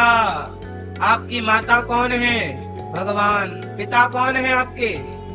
लेकिन आप कहते हैं हमने भगवान को नहीं देखा। भाई माँ बाप ही तो भगवान है, पर कहाँ मानने को तैयार है ये मन कि माँ बाप भगवान है। आपको तो लगता है कि ये तो इंसान है। समस्या ये है कि आप मानने को तैयार नहीं। आपका जो भीतर अंतःकरण है, जो चेतना, जो हृदय है, वो स्वीकार नहीं कर रहा कि नहीं। आप कह रहे हैं नहीं, ये भगवान कैसे हो सकता है? समस्या भगवान, आप जैसे मंदिर जाते हो, आपने भगवान को देखा? हाँ या ना? आपने भगवान को देखा? क्यों? आपने भगवान को देखा दादाजी? आपने भगवान को देखा? नहीं, नहीं देखा इन्होंने। आपने भगवान को देखा भैया? आप लोग मंदिर जाते हो, जाने के बाद भी कहते हो हमने भगवान को नहीं देखा। आप लोग कहते हो कि ये मूर्ति है, ये भगवान थोड़ी है। सुनो, मूर्ति वूर्ति कुछ नहीं होती, भगवान ही होते हैं। प्रहलाद के लिए खंबे से प्रकट भय थे कि नहीं? नरसिंह भगवान। फिर यदि प्रहलाद जी के लिए खंबे से प्रकट हो सकते हैं तो आपके लिए मूर्ति से प्रकट क्यों नहीं हो सकती? आपकी भक्ति प्रहलाद जैसी तो हो। कमी हम में है और हम दोष मंदिरों को देते रहे, यार यहाँ तो पत्थर की मूर्ति है, ये तो मूर्ति कोई भगवान थोड़ी है। नहीं, मूर्ति मूर्ति नहीं है, ये साक्षात अर्चा विग्रह, अर्चावतार है। कौशल्या के यहाँ पे राम अवतार लेकर आए, यशोदा के यहाँ कृष्ण अवतार लेकर आए, तो गौरी गोपाल में भी भगवान लक्ष्मी नारायण यह अवतार लेकर ही तो आए, जो बैठे हैं ऊपर। ये कोई पत्थर थोड़ी है, ये भगवान है। ये सब कुछ सुन रहे हैं, सब कुछ देख रहे हैं, पर खड़े मुस्कुरा रहे हैं। हमें इनकी सेवा करनी है। ये अर्चा अवतार के रूप में सदा हमारे साथ भगवान है ये। अब मानो तो गंगा माँ हूं, ना मानो तो बहता, तो मानने की बातें हैं। कोई दुर्योधन तो बिल्कुल नहीं मानने को तैयार। साक्षात श्री कृष्ण को उसने भगवान कहाँ माना? दुर्योधन। साक्षात राम को रावण ने भगवान कहाँ माना? नहीं मानने वाला तो साक्षात राम को भी भगवान नहीं माना रावण ने। नहीं मानने वाला तो साक्षात कृष्ण को भी भगवान नहीं माना शिशुपाल ने, दुर्योधन ने, शकुनी ने। और मानने वाले ने, उसी लंका में रहने वाले विभीषण ने राम को भगवान मान लिया। हनुमान जी भगवान मान के पूजा करते हैं। ये तो मैया दुर्योधन नहीं मान पाया, लेकिन अर्जुन मान गए। बोलो हाँ, अर्जुन को दिख गया कि ये भगवान। इसलिए सब में कहाँ भगवान है ये कोई नहीं जानता। मेरी माँ, भगवान जब कृपा करते हैं तब ऐसी बुद्धि बनती है कि हम ईश्वर को जान पाए, समझ पाए। वरना तुम्हारे बुद्धि से कुछ नहीं जान पाओगे। इसलिए अपने आप को समर्पित करो, प्रभु कृपा करो कुछ समझ में आए, वरना तुम यही कहते मर जाओगे कि अरे भगवान दिखते थोड़ी हैं। एक सज्जन बोले कि भगवान है तो दिखते क्यों नहीं? अरे भैया दिख तो रहे हैं, तुम्हारी फूटी है तो हम क्या करें? दिख तो रहे हैं भगवान। जो लोग कहते हैं कि भगवान है तो दिखते क्यों नहीं? क्यों भैया बताओ, भगवान दिखते हैं कि नहीं? बोलो मेरी माँ दिख रही है कि नहीं?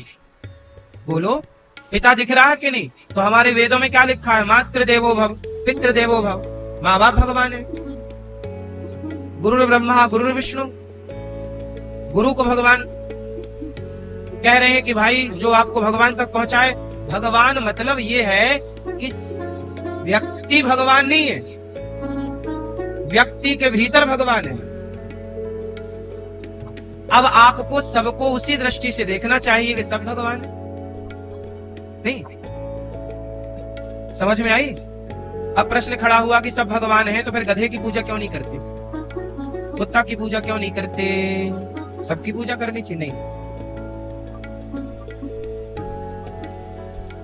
ये बताओ खंबे पे भगवान है, ये प्रहलाद ने कहा।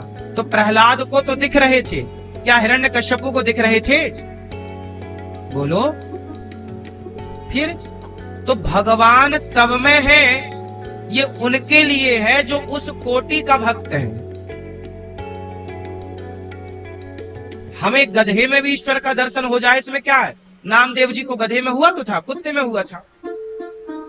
कुत्ता रोटी लेके चला गया नामदेव जी की, रखी थी रोटी भोग लगाने के लिए, रोटी दबाया मुंह में, कुत्ता भागा। तो नामदेव जी घी की कटोरी लेके दौड़े, भैया भैया प्रभु जी सूखी रोटी मत खाओ, आपका दिया घी, आप घी है प्रभु, घी चुपड़ के खाओ। जब लोग बोले कि पागल हो गए हो, वो कुत्ता है, वो कुत्ते के लिए तुम भाग रहे हो कटोरी लेके घी की। अरे बोले तुम्हें कुत्ता दिख रहा है, हमारे को तो हमारे भगवान का ही दर्शन हो रहा है। ये भावना उनकी थी ना, अब ऐसी भावना तुम्हारी हो तो तुम्हें कुत्ता में भी ईश्वर नजर आ जाए। ये तो भाव की बात है। अब ये सबका भाव थोड़ी बन जाएगा, जिसका बन जाए वही तो फिर भक्तों की श्रेणी में चला जाता है, वही आनंद पाता है। यही भाव बनाने के लिए तो सत्संग करते हैं। सत्संग का मतलब क्या है? कि आपका दृष्टिकोण बदल जाए, ये बदल जाए कि सब में ईश्वर है। इतनी सी बात समझाने और समझने के लिए 4 वेद और 18 पुराण लिखे गए। जो व्यक्ति सब में ईश्वर को देखता हो, उसे फिर कौन सा वेद पुराण सुनने की जरूरत है? बता, तुम सब में ईश्वर को देख पाओ, ये समझाने के लिए ही तो वेद पुराण है। अब प्रहलाद जी को तो दिख रहे हैं भगवान, फिर उन्हें कोई पुराण वेद की कहां जरूरत? तुम चारों वेद पढ़ के, पुराण पढ़ के भी ईश्वर को कण कण में नहीं देख पाए तो पढ़ना लिखना बेकार है। और नहीं पढ़ने वाला नामदेव भी देख ले तो उनका पढ़ना सार्थक है। दुर्योधन भी तो ज्ञानी था, कोई अनपढ़ थोड़ी था, पर नहीं जान पाया। रावण बड़ा विद्वान था, बताओ रावण से बड़ा विद्वान था? कहते इसके जैसा कोई विद्वान नहीं। वेद पढ़ाने ब्रह्मा जी आते हैं रावण के घर, शंकर जी खुद आते हैं अपना अभिषेक करवाने। आप लोग सावन के महीने में माटी के शंकर जी बनाते हो, शिवलिंग, परंतु सावन आता ना तो रावण के घर में साक्षात कैलाश से शंकर जी आते, खुद आते बैठाता रावण शंकर जी को, साक्षात शंकर जी को, और उनके सिर पर श्रृंगी से और दूध से और पानी से और अभिषेक करता रावण। शंकर जी साक्षात बैठे हैं और रावण मंत्र पढ़ता, अभिषेक चल। इतना बड़ा ज्ञानी शंकर जी उसके द्वार पे आते हैं रावण के यहाँ, ब्रह्मा जी उसके द्वार पे आते हैं वेद पढ़ाने, पवन देवता झाड़ू लगाते हैं लंका में, अग्नि देवता पूरी व्यवस्था करते हैं, देवता उसकी कुर्सी के नीचे शनि को उल्टा लटका रखा था रावण ने। बोलो हाँ, ऐसा हल्के में ले रहे हो रावण को? वो रावण सारे देवताओं को नीचे कुर्सी के नीचे रखता। जो कुर्सी की 4 पाई होती है ना, 4 नहीं होते कुर्सी, चेयर में 4 पांव होते, तो जो शनि थे ना, शनि को 4 पाई कुर्सी के नीचे लिटाकर और छाती पे अपने कुर्सी की वो आगे का पांव रखता शनि के ऊपर। शनि महाराज दबे थे उसकी कुर्सी के नीचे। ऐसा रावण था। तुम्हें शनि महाराज बड़ा परेशान कर रहे हैं और रावण तो कुर्सी के नीचे लेटाए हैं। ऐसा रावण था, इतना बड़ा ज्ञानी। क्या नहीं जानता था रावण? कौन सा वेद नहीं जानता था, कौन सा पुराण नहीं जानता था? इतना बड़ा अर्थशास्त्री था कि सोने की लंका थी। भाई पैसा है मतलब बुद्धिमान तो था ही ना, सोने की लंका है। लेकिन वो रावण भी राम को नहीं जान पाया। वो रावण भी राम को, बोलो मेरी माँ, वो रावण भी राम को नहीं जान पाया। सोचो।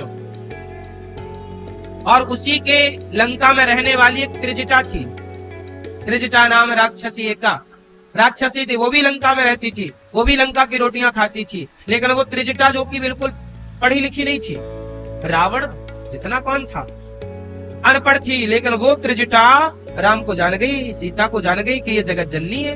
त्रिजटा सीता मैया के साथ अच्छा व्यवहार करती, वो जान गई कि ये सीता मैया त्रिजटा को माता कहती। लंका में एक त्रिजटा ही थी जो सीता मैया का दुख दर्द थोड़ा समझती थी और वो समझाती रहती थी।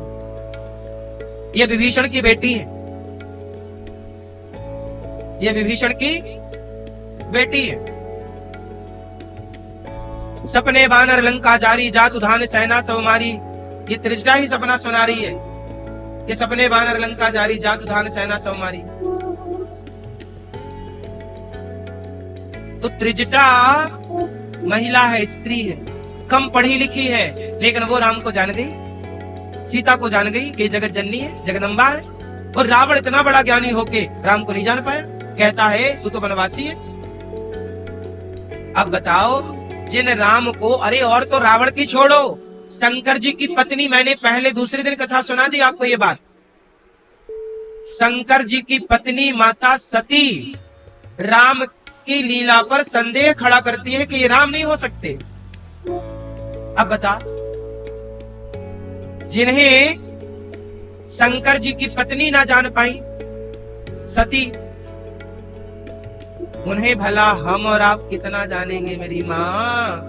हम और आप तभी जान सकते हैं जब खुद राम दया करे, राम कृपा करे।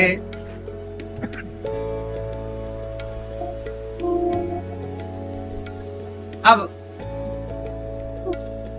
चित्रकूट में राम जी विराजे हैं, सुमंत्र जी पहुंचे हैं और इंतजार कर रहे हैं दशरथ जी। दशरथ जी कह रहे हैं कि राम आए क्या? राम राम, सुमंत्र जी आए। दशरथ जी बोले सुमंत्र आओ, मेरे राम आए क्या? तड़प रहे हैं दशरथ जी वहां, राम आए क्या? राम, सीता कहाँ है? लक्ष्मण कहाँ है? सुमंत्र जी बोले महाराज राम लक्ष्मण नहीं आए। अच्छा ये बताओ मेरे राम ने क्या कहा मेरे लिए? कहा कि मेरे पिता का ख्याल रखना, पिता से कहना कि आप महाराज आप तो बड़े समझदार हैं, विद्वान हैं, मोह में ना उलझिए। अच्छा लक्ष्मण ने क्या कहा? लक्ष्मण कहूं कछु वचन कठोरा। लक्ष्मण जी ने छोड़ा, लखन कहे कछु वचन कठोरा। दशरथ जी से कह रहे हैं कि लक्ष्मण जी ने थोड़ा कठोर शब्द कहे आपके लिए, कि जाओ कह देना कि दशरथ जी तुम्हारा बेटा तो केवल भरत है, हम लोग तुम्हारे बेटे थोड़ी हैं। अब तो दशरथ जी दुखी हो गए। लक्ष्मण जी ने ये जब कहा ना तो राम जी ने रोका, लक्ष्मण ऐसा ना कहो पिता के लिए। दशरथ जी अब तो अब जी नहीं सकते। दशरथ जी बोले अब राम नहीं आए, अभी तक तो जिंदा थे कि इंतजार था शायद राम आ जाएं, शायद राम आ जाएं। अब दशरथ जी कह रहे हार रघुनंदन प्राण प्रीते, तुम बिन जियत बहुत दिन बीते। हा राम, हा रघुनंदन, अब बहुत जी लिया, अब राम तुम्हारे बिना जी ना पाएंगे। देखो दशरथ जी कितने भाग्यशाली हैं दशरथ जी, राम के साथ जिए और राम के बिना दशरथ जी अब कह रहे हैं कि हम जी ना पाएंगे। राम राम कही राम कही, राम राम कही राम, राम राम कही राम कही, राम राम कही राम। तनु परिहरि रघुवर बिरह, राव गयऊं सुरधाम। दशरथ जी ने राम हा रघुनंदन राम कहते हुए दशरथ जी ने प्राण त्याग दिए। अब राम के बिना कोई जीवन है? देखो, ये है प्रेम। राम के बिना दशरथ जी ना पाए, राम के बिना दशरथ जी रह ना पाए। प्रेम किसे कहते? इसे कहते हैं रहा ही ना जाए। जियन मरण फल दशरथ पावा, जीने और मरने का फल तो दशरथ जी ने पाया। अब जब दशरथ जी के प्राण निकले, कौशल्या मैया रोने लगी, सुमित्रा मैया रोने लगी, सब रानियां रो रही हैं, पर कैकेयी माता नहीं रो रही। कैकेयी माता बिल्कुल नहीं रोई। अब वशिष्ठ जी आए, दशरथ जी का शरीर तेल में डुबा के रखा, उनकी बॉडी सुरक्षित रहे, खराब ना हो। तुरंत भेजा, जाओ भरत को लेवा के लाओ। भरत जी को सूचना मिली कि पिता श्री ने बुलाया है, जल्दी चलो। गुरु जी ने आज्ञा दी, गुरु जी ने बुलाया, वशिष्ठ जी ने जल्दी। भरत जी को अपशगुन हो रहे हैं, उन्हें ऐसा लगता है अच्छा भरत जी को कुछ भी पता नहीं था ना कि अयोध्या में घटना क्या क्या घटी। अब भरत जी को अपशगुन हो रहे हैं, उन्हें लग रहा कुछ तो गड़बड़ है। जो लेवाने आए हैं ना, उनसे पूछ रहे हैं कि क्या हुआ अयोध्या में। वो चुप हैं, कोई नहीं बता रहा। अच्छा, भरत जी ननिहाल में जैसे खड़े थे, जैसे थे, ना कपड़ा झोला लेने गए ना कपड़ा बदल, जैसे थे सूचना मिली कि गुरु जी ने बुलाया है, वैसे ही भरत जी रथ पर बैठकर चल पड़े। ना कपड़ा बदले ना कंघी करी कि चलो चल रहे हैं तो कम से कम बाल तो ठीक कर लें और कपड़े तो बदल लें। जैसे थे वैसे ही दौड़ पड़े। जब भरत जी आए तो पूरी अयोध्या बिल्कुल वीरान सी लग रही थी, सुनसान, कोई चहल पहल, चिड़िया भी चहक नहीं रही थी। आज अयोध्या में चारों तरफ चहल पहल थी, पर आज भरत जी जब आए ना तो बिल्कुल शांत अयोध्या। भरत जी ने देखा ये सब क्या है, किससे जाएं पूछें, कोई पूछ रहे हैं भरत जी भैया इतने शांत क्यों। अच्छा, लोग भरत जी को देख रहे हैं ना तो मुंह घुमा ले रहे हैं, क्योंकि सबको ये लग रहा है कि राम के वनवास और दशरथ जी की मृत्यु का कारण भरत ही तो हैं, क्योंकि इनकी मां ने इनको ही तो राजा मांगा है, वरदान। तो कोई अयोध्यावासी भरत जी को देखने को तैयार नहीं। जो देखता, नजर जिस पर पड़ती वही नजर फेर लेता, वही मुंह घुमा लेता, पर कोई कुछ कहता नहीं। तब भरत जी को लगा कि चलो माता से पूछते हैं, माँ सब बताएंगी। जैसे ही माँ कैकेयी के कमरे में गए, कैकेयी हर्षित, पूरी अयोध्या सबकी आंखें गीली थी, सब उदास परेशान थे, लेकिन कैकेयी हर्षित, एक कैकेयी माँ थी जो बड़ी खुश थी। कैकेयी हर्षित यही भांति मनहु मुदित धवलाय किराती। कैकेयी माँ इस तरह हर्षित दिख रही है मानो भीलनी जंगल में आग लगाकर आनंद में भर रही हो। अब कैकेयी माँ को देखकर भरत जी को लगा, माँ ये अयोध्या में सब लोग उदास क्यों है माँ? भगवान प्रभु राम तो ठीक है ना माँ? पिताश्री तो ठीक है ना? माता कौशल्या तो अच्छी है ना माँ? सब अच्छे हैं ना? सब कुशल से तो है ना माँ? जब भरत जी ने कहा माँ सब कुशल तो है ना अयोध्या में, ये सब उदास क्यों है माँ? आप खुश मिली, हमें लगा चलो माँ खुश है तो सब अच्छा ही होगा। प्रभु राम अच्छे है ना माँ? पिताजी अच्छे है ना माँ? सुमित्रा माँ, लक्ष्मण कैसा है माँ? सब अच्छे हैं ना? अब कैकेयी माँ तात बात में सकल सवारी। हे भरत, अब कैकेयी देखो भरत जी से, भरत जी के लिए कैकेयी माँ आरती ले आई। देखो पति मरा पड़ा, दशरथ जी की मृत्यु हो गई और कैकेयी माता अपने बेटे की आरती उतार रही है। बेटा आया है परदेश से, आरती उतार रही है। तो पहले मुंह मीठा कर ले, कुछ खा भरत, खा। भरत जी बोले माँ मैं पहले खाऊंगा नहीं, पहले बताओ ये सब, मुझे अयोध्या डरावनी लग रही है, आज डर लग रहा है माँ, मेरा हृदय बार बार तेजी से धड़क रहा है माँ, कुछ अपशगुन सा लग रहा है माँ। तब कैकेयी माँ बोली बेटा कोई बहुत घबराने की बात नहीं है, मैंने पूरी बात सवार ली है।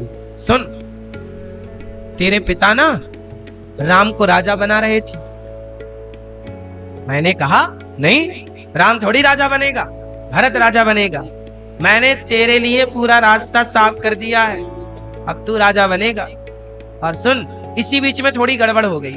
राम तो कुशल से वनवास चले गए, सीता लक्ष्मण ये सारे लोग वनवास भेज दिए मैंने, पर बीच में थोड़ी एक बात बिगड़ गई। क्या? बोले तेरे पिता की मृत्यु हो गई, दशरथ जी चले गए। ये बात कैकेयी बड़ी खुशी खुशी बता रही है। सुनो भरत, और ये सारे काम को ना, ये देख ये मंथरा है ना, इसी ने मेरा काम बनवाया है पूरा। सब कुछ भरत जी सुन रहे हैं। और भरत जी ने कहा कैकेयी, अब माता नहीं कह रहे हैं, कैकेयी जो पे कुरुचि रही अति तो ही, तो जन्मत काहे न मारे मोही। तूने मुझे जन्म लेते ही मार क्यों नहीं दिया, मेरा गला क्यों नहीं दबा दिया? तूने पेड़ की जड़ को काट करके पत्तों को सींच के बचाना चाहा है क्या? पेड़ की जड़ काट देने के बाद पत्ते पेड़ के बच सकते हैं मां? कैकेयी तूने राम को वनवास भेज दिया और चाहती है कि मैं खुश रहूं? मैं राम के बिना कैसे रह सकता हूं? पेड़ काटते पालेऊ सींचा, तूने सीता मैया को वनवास भेज दिया और मेरा भला चाहती है। कैकेयी मेरा भला राजा बनने से नहीं, राम राजा बनते मैं उनके चरणों में रहता, इसमें मेरा भला था, पर तूने क्या किया? इतना लोभ तेरे माथे कैसे आया? शत्रुघ्न जी सुन रहे थे। कैकेयी बोली ये मंथरा ने मुझे ज्ञान दिया, ये मेरी गुरु है। ये वहां झाड़ू पड़ी थी, झाड़ू उठाई और शत्रुघ्न जी ने ओ कुब्जा वो मंथरा को झाड़ू पे झाड़ू दे, झाड़ू ओ कुब्जा करिए भगवान, अब तो भलाई का जमाना ही नहीं रहा, हमने तो उनको भला करना चाहा, भरत को राजा बनाना चाहा, और ये शत्रुघ्न हमें मार रहा है। कुब्जा क्या कह रही है? भलाई का जमाना ही नहीं रहा। बड़ी भलाई करके बैठी है कुब्जा। मंथरा बड़ा भला करके ना बैठी है, देखो कह रही है भलाई का जमाना नहीं रहा। इस तरह से हुमगी लात तक की कुबर मारा, एक लात मारी जाके गिरी पर झाड़ू दे झाड़ू पर भरत जी ने पकड़ लिया।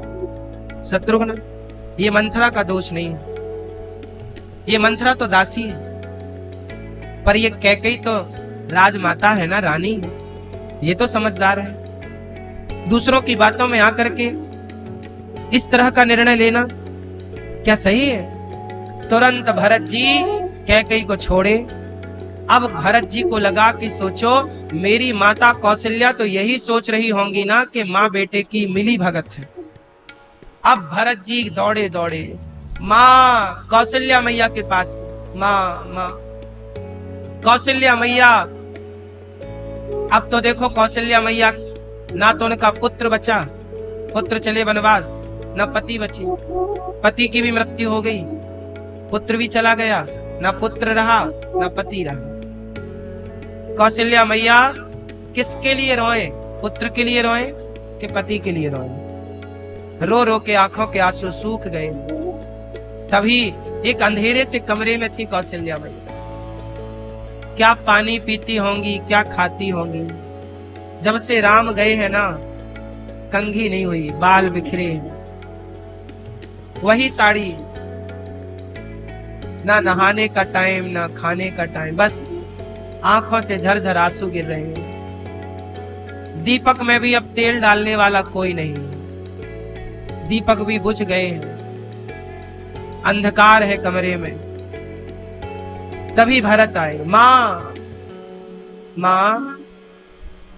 कौशल्या मैया को, कौन? माँ मैं बेटा तुम्हारा भरत। अच्छा भरत मेरा बेटा। माँ कौशल्या ने भरत को हृदय से लगा। भरत आ गया, मेरा भरत आ गया, मेरा भरत आ गया। भरत जी ने कहा माँ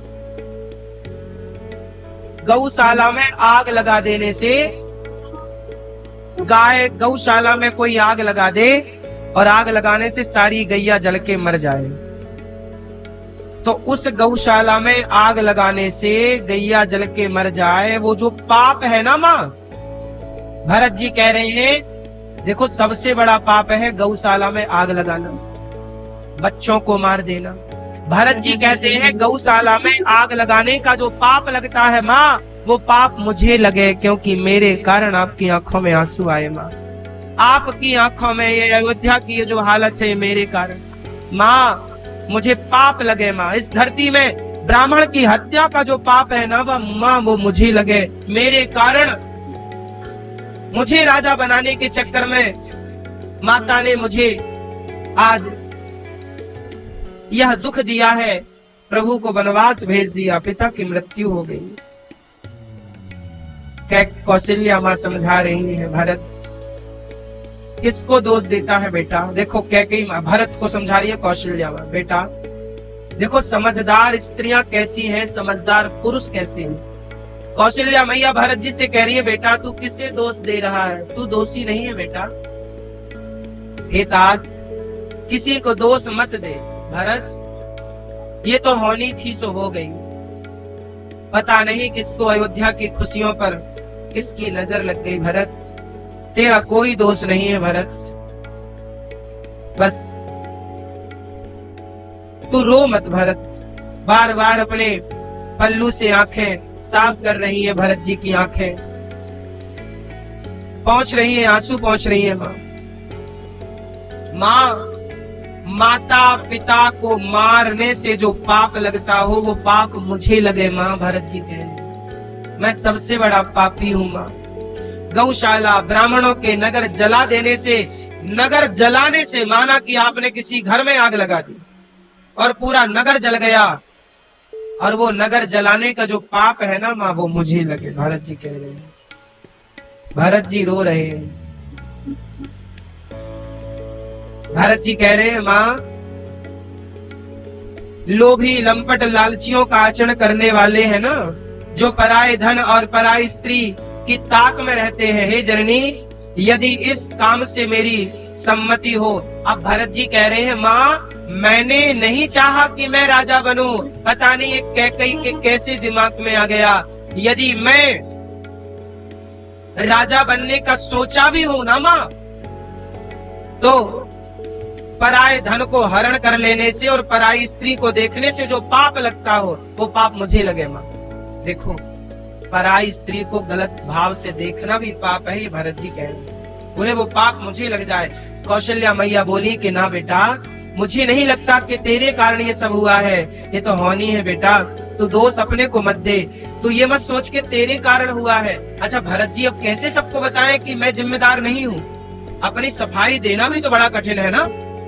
सबको तो यही लग रहा था ना कि भरत के कारण कैकेयी ने, भरत ने बोला होगा कैकेयी को, सबको तो यही दिमाग में था। अब भरत जी से वशिष्ठ जी मिले, वशिष्ठ जी को प्रणाम किया, दशरथ जी का अंतिम संस्कार किया, भरत जी को समझाए, सुनहु भरत भावी प्रबल, बिलख कहूं मुनिनाथ, हानि लाभ जीवन मरण, यश अपयस विधि हाथ। वशिष्ठ जी समझा रहे हैं, गुरु वशिष्ठ जी, भरत किसी का दोष नहीं है बेटा भरत, हानि लाभ 6 चीजें भगवान के हाथ में। हानि लाभ, कितनी हानि होगी कितना लाभ ये हमारे हाथ में नहीं है। हम मेहनत करें, कर्म करें, तय करेगा ईश्वर के हमें कितना देना। हानि लाभ, जीवन मरण, हम कितना जिंदा रहेंगे, हम कब मरेंगे, हमारा मरना भी तय है। जब मौत आएगी तो ही हम मरेंगे, इसलिए डरने का नहीं, बिंदास जीने का। कब मरोगे आप लोग, आप लोग कब मरोगे, सबका तय है, इसलिए डरने का नहीं, बिंदास जियो। जब मौत आएगी तो मर भी लेंगे, मौत से पहले मरना क्या। हानि लाभ जीवन मरण ईश्वर के हाथ में है, और यश अपयस, मेरा नाम कितना होगा, मुझे बदनामी कितनी मिलेगी। जब आपको बदनामी मिले तो भी समझना कि ये सब यश मिला है, तो अपयश भी तो मिलेगा ना मेरी माँ। इसलिए जब यश मिला, यश पाए हो, तो अपयश के लिए भी तैयार रहो। यश तुम्हारा हुआ है, तो अपयश किसका होगा? इसलिए बैलेंस। कई बार नाम होता है तो कई बार बदनामी होती है। ये सब कुछ ईश्वर के हाथ में, इसलिए सब ईश्वर का खेल है। मस्त रहा करो, चलो ये सब ईश्वर की लीला है। क्या करें? हमें कोई अच्छा कह रहा है, यह भी ईश्वर की लीला है। हमें कोई बुरा कह रहा है, ईश्वर की लीला। हम दोनों से प्रभावित नहीं है। आप हमें अच्छा कहिए, इससे हमें कोई खुशी नहीं है। आप हमें बुरा कहिए, इससे हमें कोई नाराजगी नहीं। ना अच्छा कहने से प्रसन्नता है, ना बुरा कहने से दुख है। बोलो हाँ या ना? इसी को कहते हैं समभाव, समरम। हर परिस्थिति में पानी बरस रहा है तो नदियों में बाढ़ है, पर समुद्र में बाढ़ नहीं।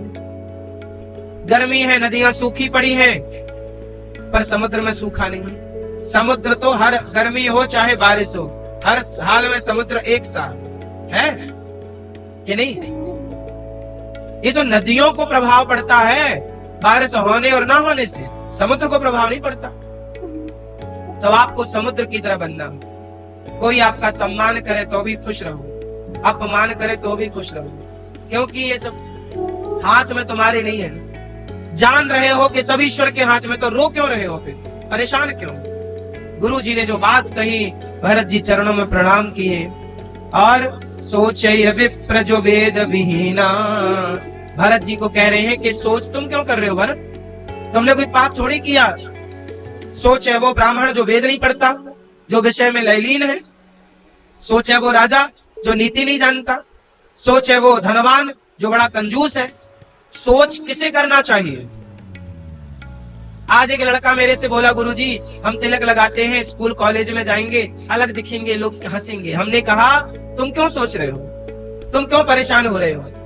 आज शर्म उन्हें आनी चाहिए जो झूठ बोल रहे हैं। शर्म उन्हें आनी चाहिए जो जुआ खेल रहे हैं। शर्म उन्हें आनी चाहिए जो शराब पी रहे हैं। शर्म उन्हें आनी चाहिए जो बहन बेटियों को छेड़ रहे हैं, जो तिलक लगा करके गले में तुलसी की माला लेकर चल रहे हैं। भला उन्हें किस बात की शर्म भाई?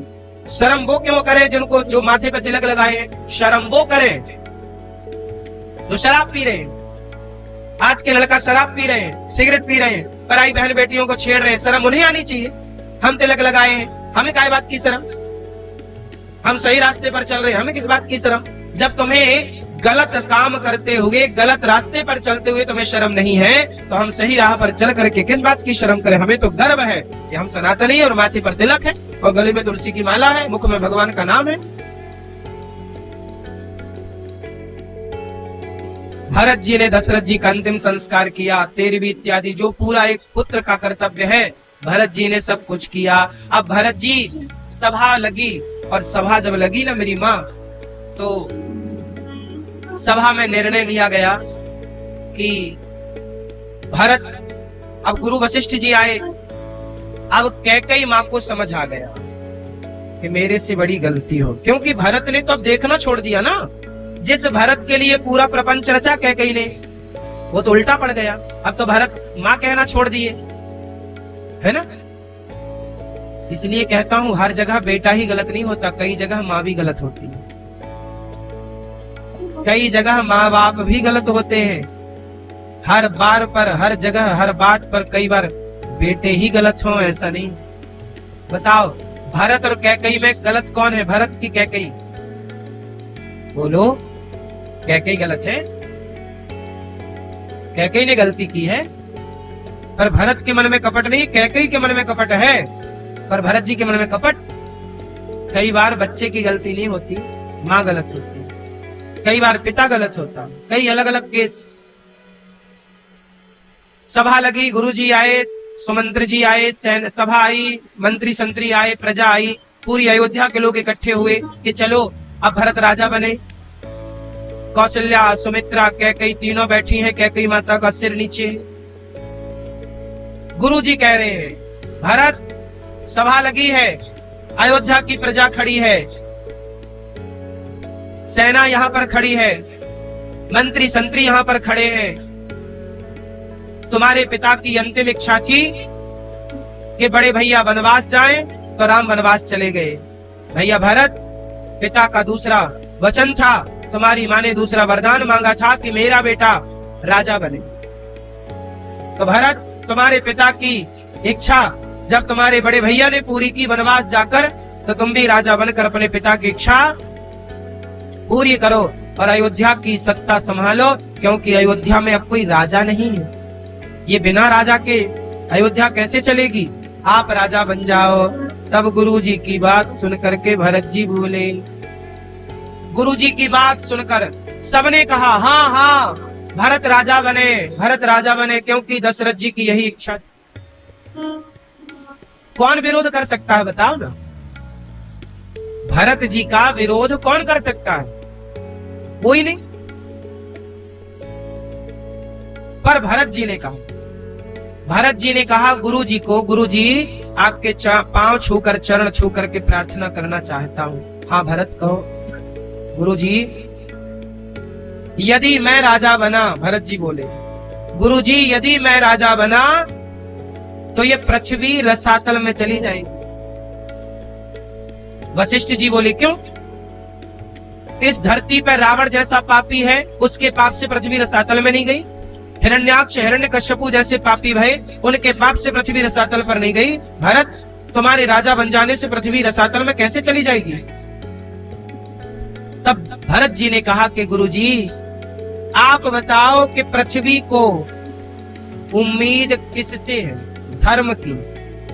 क्या धरती को धर्म की उम्मीद रावण, कुंभकर्ण, हिरण्याक्ष, हिरण्यकश्यपु से है? बोलो।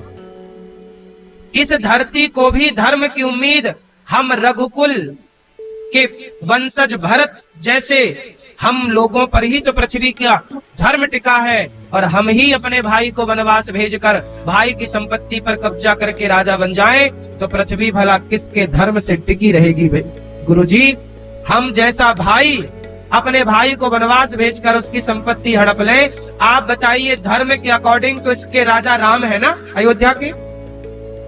पिता ने यही तो घोषणा की थी कि राम राजा बनेंगे, वो तो मेरी माँ ने षड्यंत्र खेल लिया। तो बताओ धर्म के अनुसार अयोध्या का राजा कौन बनेगा? राम। मेरी माँ ने तो षड्यंत्र के तहत मुझे राजा बनाना चाहा था।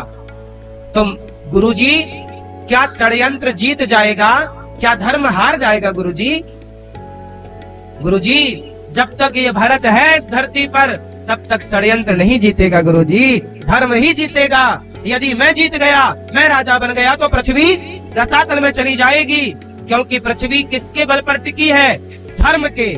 पर आज धर्म, अच्छा ये बताओ धर्म का पालन किसके हाथ में है? सुनो, इस बात को समझाने के लिए तुम एक छोटी सी बात समझाता हूं। सुनो, एक धोबी था, वो अपने गधे को लेकर के जंगल में चराने के लिए जाया करता था। ए भैया बैठ जाओ ना, पीछे के लोगों को नहीं डिस्टर्ब आप कर रहे हैं।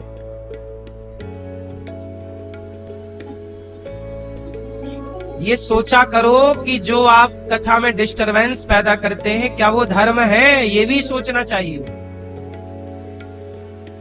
एक गधा था जंगल में, गधा चराने धोबी गया, उसे एक चमकदार पत्थर मिल गया है। उसके धोबी को जानकारी नहीं थी, उसको लगा ये तो पत्थर है। उसने गले पर टांग दिया गधे के, और गधे को साबुन लगा के बढ़िया रोज उस पत्थर से घिसता। एक दिन वहां से जौहरी निकला। जौहरी ने देखा कि ये तो करोड़ों का हीरा है, पर टंगा कहाँ है? गधे के गले में। तो जौहरी ने कहा कि यदि मैं कह दूंगा कि ये हीरा है तो अभी धोबी भाव खाएगा। तो जौहरी ने धोबी से कहा, कहो धोबी ये पत्थर बेचोगे? धोबी बोला, पत्थर क्या बेचना, तुम्हें जरूरत है तो ले लो, हम तो जंगल से और उठा लाएंगे, ऐसे बहुत पड़े।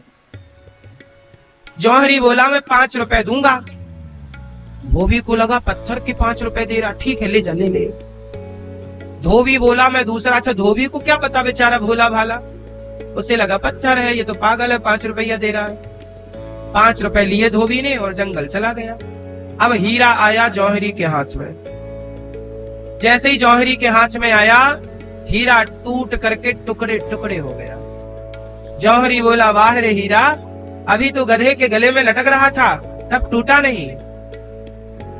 और मुझ जौहरी के पास आया तो टूट कर टुकड़े टुकड़े हो गया।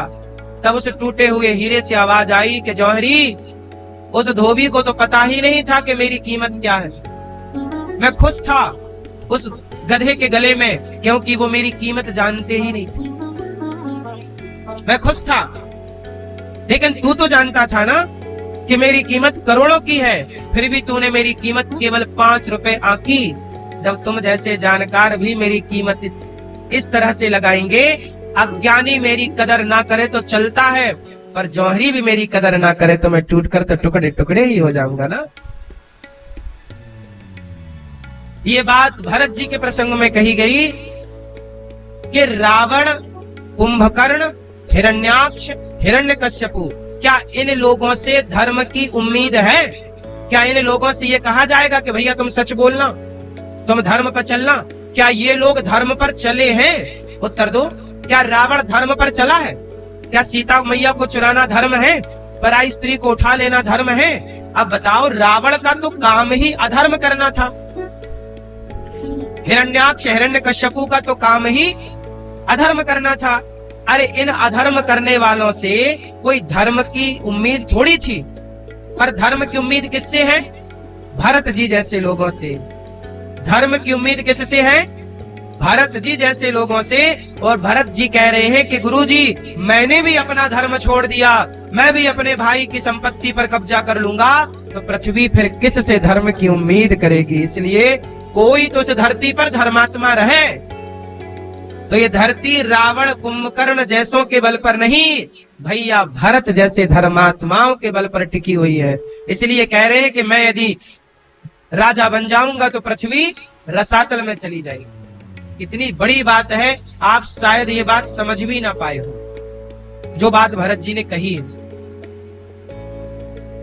अब भरत जी बोले कि मैं राम का दर्शन करने चित्रकूट जाऊंगा, मैं राम को मना कर लाऊंगा कि मुझे क्षमा करो, मैं राम के वनवास का 14 साल व्यतीत करूंगा और राम को ला करके मैं अयोध्या का उन्हें राजा बनाने की प्रार्थना करूंगा। ये सुनकर सारी प्रजा भरत की जय हो, भरत की जय हो कहकर जय जयकार करने लगी। सारी प्रजा कहने लगी कि कैकई का बेटा कैकई जैसा नहीं है, कैकई का बेटा कैकई के जैसा नहीं है, सर्पणी का बेटा सर्प नहीं हुआ। मतलब कैकई से क्या उम्मीद थी, पर भरत जी तो बिल्कुल अपोजिट है। मोहि राजु हठ देहु जबहि, रसा रसा तल जायहि तबहि, संपत्ति सब रघुपति के। देखो भरत जी क्या कह रहे हैं, ये सब कुछ रघुनाथ जी का। अब भरत जी बोले कल मैं सुबह सुबह चित्रकूट की ओर जाऊंगा। सारी प्रजा बोली हम भी चलेंगे। कौशल्या मैया बोली हम भी जाएंगे, सुमित्रा मैया बोली हम भी जाएंगे, कैकेयी भी तैयार, हम भी जाएंगे, हम भी जाएंगे। भरत जी बोले खबरदार, आप तैयारी मत करना, आपको हम नहीं लेकर जाएंगे। तब भरत जी बोले कैकेयी नहीं जाएंगी। तब कौशल्या मैया बोली कि यदि भरत जी, कौशल्या मैया बोली कि भरत यदि कैकेयी नहीं गई तो कौशल्या भी नहीं जाएगी। देखो जरा कौशल्या मैया कैसी मां, हर बार कैकेयी का पक्ष लेती, जबकि कैकेयी ने कितना षड्यंत्र किया। तैयारी चित्रकूट चलने की। भरत जी नाथ सकल संपत्ति, संपत्ति सब रघुपति के आही, जो बिनु जतन चलऊं तजिताही। अब भरत जी सब खुशी से नाच रहे हैं अयोध्या वाले के चलो अब राम जी का दर्शन होगा और राम जी से हम सब भेंट करेंगे। सब खुशी से तैयारी में लगे हैं, कल राम जी का दर्शन करने जाएंगे, कल राम जी से मिलेंगे, तैयारी में लगे हैं सब। और भरत जी केवल राम राम राम राम जप रहे हैं और भरत जी केवल रो रहे हैं। भरत जी की आंखों के आंसू सूखे नहीं। कब ये दिन ढलेगा, कब रात्रि होगी, कल सवेरा कब होगा, कब जाएंगे। राम के बिना एक क्षण भरत जी का नहीं कट रहा है। हर क्षण भरत जी राम राम जप रहे हैं, राम राम राम। सवेरा हुआ, चल पड़ी पालकियां, पालकी, रथ, घोड़ा, सेना, चारों द्वार पर भरत जी ने सेना तैयार की कि अयोध्या की सुरक्षा करना। भरत जी सवेरे चले। भरत जी जब चले ना तो भरत जी नंगे पांव चले। भरत जी बोले मेरे राम पैदल गए हैं, मैं सिर के बल चलूं तो कम है। भरत जी चल रहे हैं। अब इसके बाद भरत जी थोड़ा आगे चले, तमसा नदी के तट पर विश्राम हुआ। दूसरा गोमती तीर निवास। इस तरह से भरत जी आगे बढ़ते गए और चलते चलते भरत जी श्रृंगवेरपुर पहुंचे। श्रृंगवेरपुर पहुंचे तो वहां पर निषाद सोच रहे हैं कि लगता है राम को मारने भरत जी सेना लेकर जा रहे हैं। उन्होंने तैयारी कर ली, भरत जी से निपटेंगे। पर जब भरत जी के भाव को देखा, भरत जी को पता, सुमंत्र जी ने दिया कि ये निषाद हैं, इन्हें राम ने गले लगाया। भरत जी रथ से उतर गए और दौड़कर निषाद राज को गले से लगा लिया। भरत जी निषाद जी को प्रणाम कर रहे हैं। किसी ने कहा भरत जी आपने निषाद को क्यों प्रणाम किया, गले क्यों लगाया? बोले जिसे राम ने गले लगाया हो से भला भरत क्यों ना गले लगाए। अब निषाद राज कह रहे हैं कि रात्रि को राम देखो यहाँ विश्राम किए।